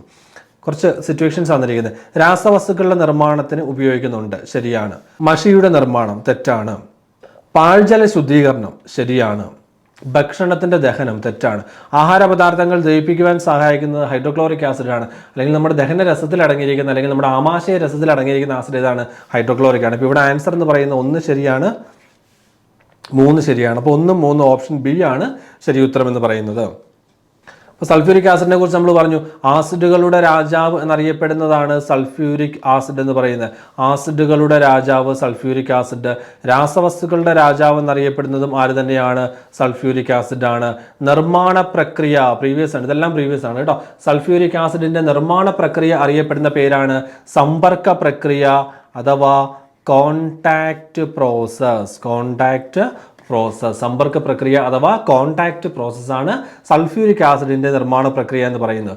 പിന്നെ അതുപോലെ തന്നെ ഒരു കാര്യം കൂടെ, ഇപ്പോൾ സൾഫ്യൂരിക് ആസിഡിന്റെ നിർമ്മാണ പ്രക്രിയ നിങ്ങളോട് ചോദിക്കുകയാണെന്ന് വിചാരിക്കുക, എന്നിട്ട് സമ്പർക്ക പ്രക്രിയ ഓപ്ഷനിൽ ഇല്ല എന്ന് വിചാരിക്കുക. സമ്പർക്ക പ്രക്രിയ ഓപ്ഷനിൽ ഇല്ല. ഒരെണ്ണം കൂടെ പഠിച്ചു വെക്കുക, lead chamber process. Lead chamber പ്രക്രിയയും എന്തിൻ്റെ നിർമ്മാണം തന്നെയാണ്? സൾഫ്യൂരിക് ആസിഡിൻ്റെ നിർമ്മാണം തന്നെയാണ്. അപ്പോൾ സൾഫ്യൂരിക് ആസിഡിൻ്റെ 2 നിർമ്മാണ പ്രക്രിയകളുടെ പേര് പഠിച്ചു വെക്കുക. സമ്പർക്ക പ്രക്രിയ അഥവാ കോണ്ടാക്ട് പ്രോസസ്സും ലെഡ് ചേംബർ പ്രോസസ്സും എന്തിൻ്റെ നിർമ്മാണമാണ്? സൾഫ്യൂരിക് ആസിഡിൻ്റെ നിർമ്മാണമാണ്. ഇനി സൾഫ്യൂരിക് ആസിഡിൻ്റെ നിർമ്മാണത്തിന് ഉപയോഗിക്കുന്ന ഉൾപ്രേരകം അഥവാ കാറ്റലിസ്റ്റ് എന്ന് പറയുന്നത് വനേഡിയം പെൻറ്റോക്സൈഡ് ആണ്. V2O5 ആണ് സൾഫ്യൂരിക് ആസിഡിന്റെ നിർമ്മാണത്തിന് ഉപയോഗിക്കുന്ന ഉൾപ്രേരകം. അഗൈൻ പ്രീവിയസ് ക്വസ്റ്റ്യൻ ആണിത്. അടുത്തതിലേക്ക് നമ്മൾ പോവുകയാണ്. വളരെ നിസ്സാരമായിട്ടുള്ള ചോദ്യമാണ്. ആൻസർ ഞാൻ പറയില്ല, നിങ്ങൾ കമൻറ്റ് ചെയ്യാനേ ഉള്ളൂ. ജലം ഐസ് ആകുന്ന താപനില, ജലം ഐസ് ആകുന്ന ഖരമായി മാറുന്ന താപനില എന്നാണ് ചോദിച്ചിരിക്കുന്നത്. 0 ഡിഗ്രി, 310 ഡിഗ്രി, 100 ഡിഗ്രി, 101 ഡിഗ്രി. ഉത്തരം കമൻറ്റ് ചെയ്തോളുക. അതിൻ്റെ ആൻസർ പറഞ്ഞ് നമ്മൾ സമയം കളയുന്നില്ല. അടുത്തതിലേക്ക് പോകുന്നു. ശബ്ദത്തിൻ്റെ യൂണിറ്റ് ഏത്? ഹെർട്സ്, ജൂൾ, ഡെസിബൽ, വാട്ട്, ശബ്ദം എന്നാണ് ചോദിച്ചത്. ശബ്ദത്തിൻ്റെ തീവ്രത എന്നത് ആയിക്കോട്ടെ. ശബ്ദത്തിൻ്റെ യൂണിറ്റ് എന്ന് പറയുന്നത് ഏതാണ്? നേരത്തെ പഠിച്ചതാണ് അല്ലേ? ഡെസിബൽ ആണ് ശബ്ദത്തിൻ്റെ യൂണിറ്റ് എന്ന് പറയുന്നത്. ശബ്ദത്തിൻ്റെ യൂണിറ്റ് ഏതാണ്? ഡെസിബൽ ആണ്. ഹെർട്സ് എന്ന് പറയുന്നത് എന്തിൻ്റെ യൂണിറ്റാണ് പിള്ളേരെ? പഠിച്ച കാര്യമല്ലേ, ഒന്ന് പറഞ്ഞ്. ആവൃത്തിയുടെ യൂണിറ്റ് ആണ് ഹെർട്സ്. ജൂളിലേക്ക് വരുമ്പോഴത്തേക്ക് വർക്ക്, എനർജി, അതുപോലെ തന്നെ ഹീറ്റ്, താപം എന്നിവയുടെ യൂണിറ്റ് ആണ് ഏത്? ജൂൾ. ഇത് മൂന്നും പ്രീവിയസ് ക്വസ്റ്റ്യൻ ആണ്. പ്രവൃത്തി, ഊർജം, താപം എന്നിവയുടെ യൂണിറ്റ് ആണ് ജൂൾ എന്ന് പറയുന്നത്. വാട്ടിലേക്ക് വരുമ്പോഴത്തേക്ക് പവറിൻ്റെ യൂണിറ്റ് ആണ്, ശക്തി അളക്കുന്ന യൂണിറ്റ് ആണ് ഏത്? വാട്ട് എന്ന് പറയുന്നത്. ജെയിംസ് വാട്ട് നിങ്ങൾ കേട്ടിട്ടുണ്ട്, ആവിയന്ത്രം കണ്ടുപിടിച്ച ആളാണല്ലേ. ജെയിംസ് വാട്ടിനുള്ള സ്മരണാർത്ഥമാണ് പവറിൻ്റെ യൂണിറ്റായിട്ട് എന്ത് കൊടുത്തിരിക്കുന്നത്? വാട്ട് എന്ന് കൊടുത്തിരിക്കുന്നത്. യന്ത്രങ്ങളുടെയൊക്കെ പവർ പ്രസ്താവിക്കുന്ന യൂണിറ്റാണ് ഹോഴ്സ് പവർ എന്ന് പറയുന്നത്. 1 ഹോഴ്സ് പവർ എന്ന് പറയുന്നത് 746 വാട്ടുകൾക്ക് തുല്യമാണ്. ഒരു കുതിര ശക്തി എന്ന് പറയുന്നത് 746 വാട്ടിന് തുല്യമാണ്. അലക്സാണ്ടർ ഗ്രഹാംബെല്ലിന്റെ കാര്യം നമ്മൾ പറഞ്ഞു പോയതാണ്. അലക്സാണ്ടർ ഗ്രഹാംബെല്ലിനോടുള്ള സ്മരണാർത്ഥം ടെലിഫോൺ കണ്ടുപിടിച്ചത് നോക്ക്. ടെലിഫോൺ ലോകത്തിന് സമർപ്പിച്ചത് അല്ലെങ്കിൽ ടെലിഫോൺ കണ്ടുപിടിച്ച ആരാണ്? അലക്സാണ്ടർ ഗ്രഹാംബെല്ലാണ്. അദ്ദേഹത്തോടുള്ള സ്മരണാർത്ഥമാണ് ഉച്ചതയുടെ യൂണിറ്റിന് ബെൽ എന്ന് നൽകിയത്. ബെൽ എന്നതാണ് ശരിക്കുമുള്ള യൂണിറ്റ്. ആ ബെൽ എന്നതിൻ്റെ ചെറിയ യൂണിറ്റാണ്, അതിൻ്റെ ചെറിയ അളവാണ് ആര്? ബെൽ എന്നതിൻ്റെ ചെറിയ അളവാണ് ഡെസിബൽ എന്ന് പറയുന്നത്. അപ്പോൾ ഗ്രഹാംബെല്ലിനുള്ള സ്മരണാർത്ഥമാണ് ബെൽ എന്ന യൂണിറ്റ് വന്നിരിക്കുന്നത്. അടുത്ത ചോദ്യം ഇതാണ്. പീരിയോഡിക് ടേബിളിലെ അല്ലെങ്കിൽ ആവർത്തന പട്ടികയിലെ ഗ്രൂപ്പുകളുടെ എണ്ണം എത്രയാണ്? ഗ്രൂപ്പുകളുടെ എണ്ണത്തിലേക്ക് നമുക്കറിയാം പീരീഡുകളുടെ എണ്ണം എന്ന് പറയുന്നത് 7 ആണ്. 7 പീരീഡാണ് ഉള്ളത്. 7 പീരീഡുകളുമുണ്ട്. എത്ര ഗ്രൂപ്പാണുള്ളത്? ഗ്രൂപ്പുകളുടെ എണ്ണം എന്ന് പറയുന്നത് 18 വരുന്നത്. അപ്പോൾ നമ്മുടെ അടുത്ത സെഷനിലൊക്കെ കൂടുതൽ ചോദ്യങ്ങളുണ്ട് കേട്ടോ. ഇത് നിങ്ങൾ കാണുമ്പോൾ നിങ്ങൾക്ക് ചിലപ്പോൾ നിസ്സാരമായിട്ടുള്ള ചോദ്യമായിട്ട് തോന്നാം, പക്ഷേ എല്ലാ നിലവാരത്തിലുള്ള ചോദ്യങ്ങളും നമുക്ക് പ്രതീക്ഷിക്കാം. എളുപ്പമുള്ള ക്വസ്റ്റ്യൻസ് ഉണ്ടാകാം, ആവറേജ് ലെവലിലുള്ള ക്വസ്റ്റ്യൻസ് ഉണ്ടാകും, അതുപോലെ തന്നെ ടഫായിട്ടുള്ള ക്വസ്റ്റ്യൻസ് ഉണ്ടാകും, സ്റ്റേറ്റ്മെൻറ്റ് ടൈപ്പ് ക്വസ്റ്റ്യൻസ് നമ്മളെ കൂടുതൽ കുഴപ്പിക്കുന്ന ടൈപ്പ് ക്വസ്റ്റ്യൻസ് ഒക്കെ ഉണ്ടാകും. ഒരു ക്വസ്റ്റ്യൻ പേപ്പർ ആയി കഴിഞ്ഞാൽ എല്ലാ നിലവാരത്തിലുള്ള ചോദ്യങ്ങളും അതിലുണ്ടായിരിക്കും. ഓക്കെ, അപ്പോൾ നമുക്ക് അടുത്ത നമ്മുടെ മാരത്തോൺ സെഷനിൽ ട്രിവാൻഡ്രം LDക്ക് മുമ്പായിട്ട് നമ്മൾ മാരത്തോൺ വരുന്നുണ്ട്. ആ മാരത്തോൺ സെഷനിൽ കൂടുതൽ സ്റ്റേറ്റ്മെൻറ്റ് ചോദ്യങ്ങളും അങ്ങനെയുള്ള കാര്യങ്ങളെല്ലാം ഉൾപ്പെടുത്തിയിട്ടുണ്ട് കേട്ടോ. അപ്പോൾ അതുമൊക്കെ നിങ്ങൾ കാണുക, അതെല്ലാം നിങ്ങൾക്ക് പ്രയോജനം ചെയ്യും. എങ്ങനെയാണെങ്കിലും നിങ്ങൾക്ക് എക്സാമിന് അതുകൊണ്ടുള്ള പ്രയോജനം ഉണ്ടാവും. അത് ഞാൻ ഉറപ്പ് തരികയാണ് കേട്ടോ. അതെൻ്റെ ഗ്യാരണ്ടിയാണ്. എക്സാമിന് നിങ്ങൾക്ക് ഉറപ്പായിട്ടും തീർച്ചയായിട്ടും അതിൻ്റെ പ്രയോജനം ലഭിക്കുന്നതായിരിക്കും. അപ്പോൾ പീരിയോഡിക് ടേബിളിനെ കുറിച്ച് നമ്മൾ പറഞ്ഞു. എത്ര ഗ്രൂപ്പാണുള്ളത്? ഗ്രൂപ്പുകളുടെ എണ്ണം എന്ന് പറയുന്നത് 18. പീരീഡുകളുടെ എണ്ണം എന്ന് പറയുന്നത് എത്രയാണ്? 7 വരുന്നത്. ഓക്കെ, ഏത് പദാർത്ഥത്തിൻ്റെ അഭാവം മൂലമാണ് ശൂന്യാകാശത്ത് ശബ്ദം കേൾക്കാൻ സാധിക്കാത്തത്?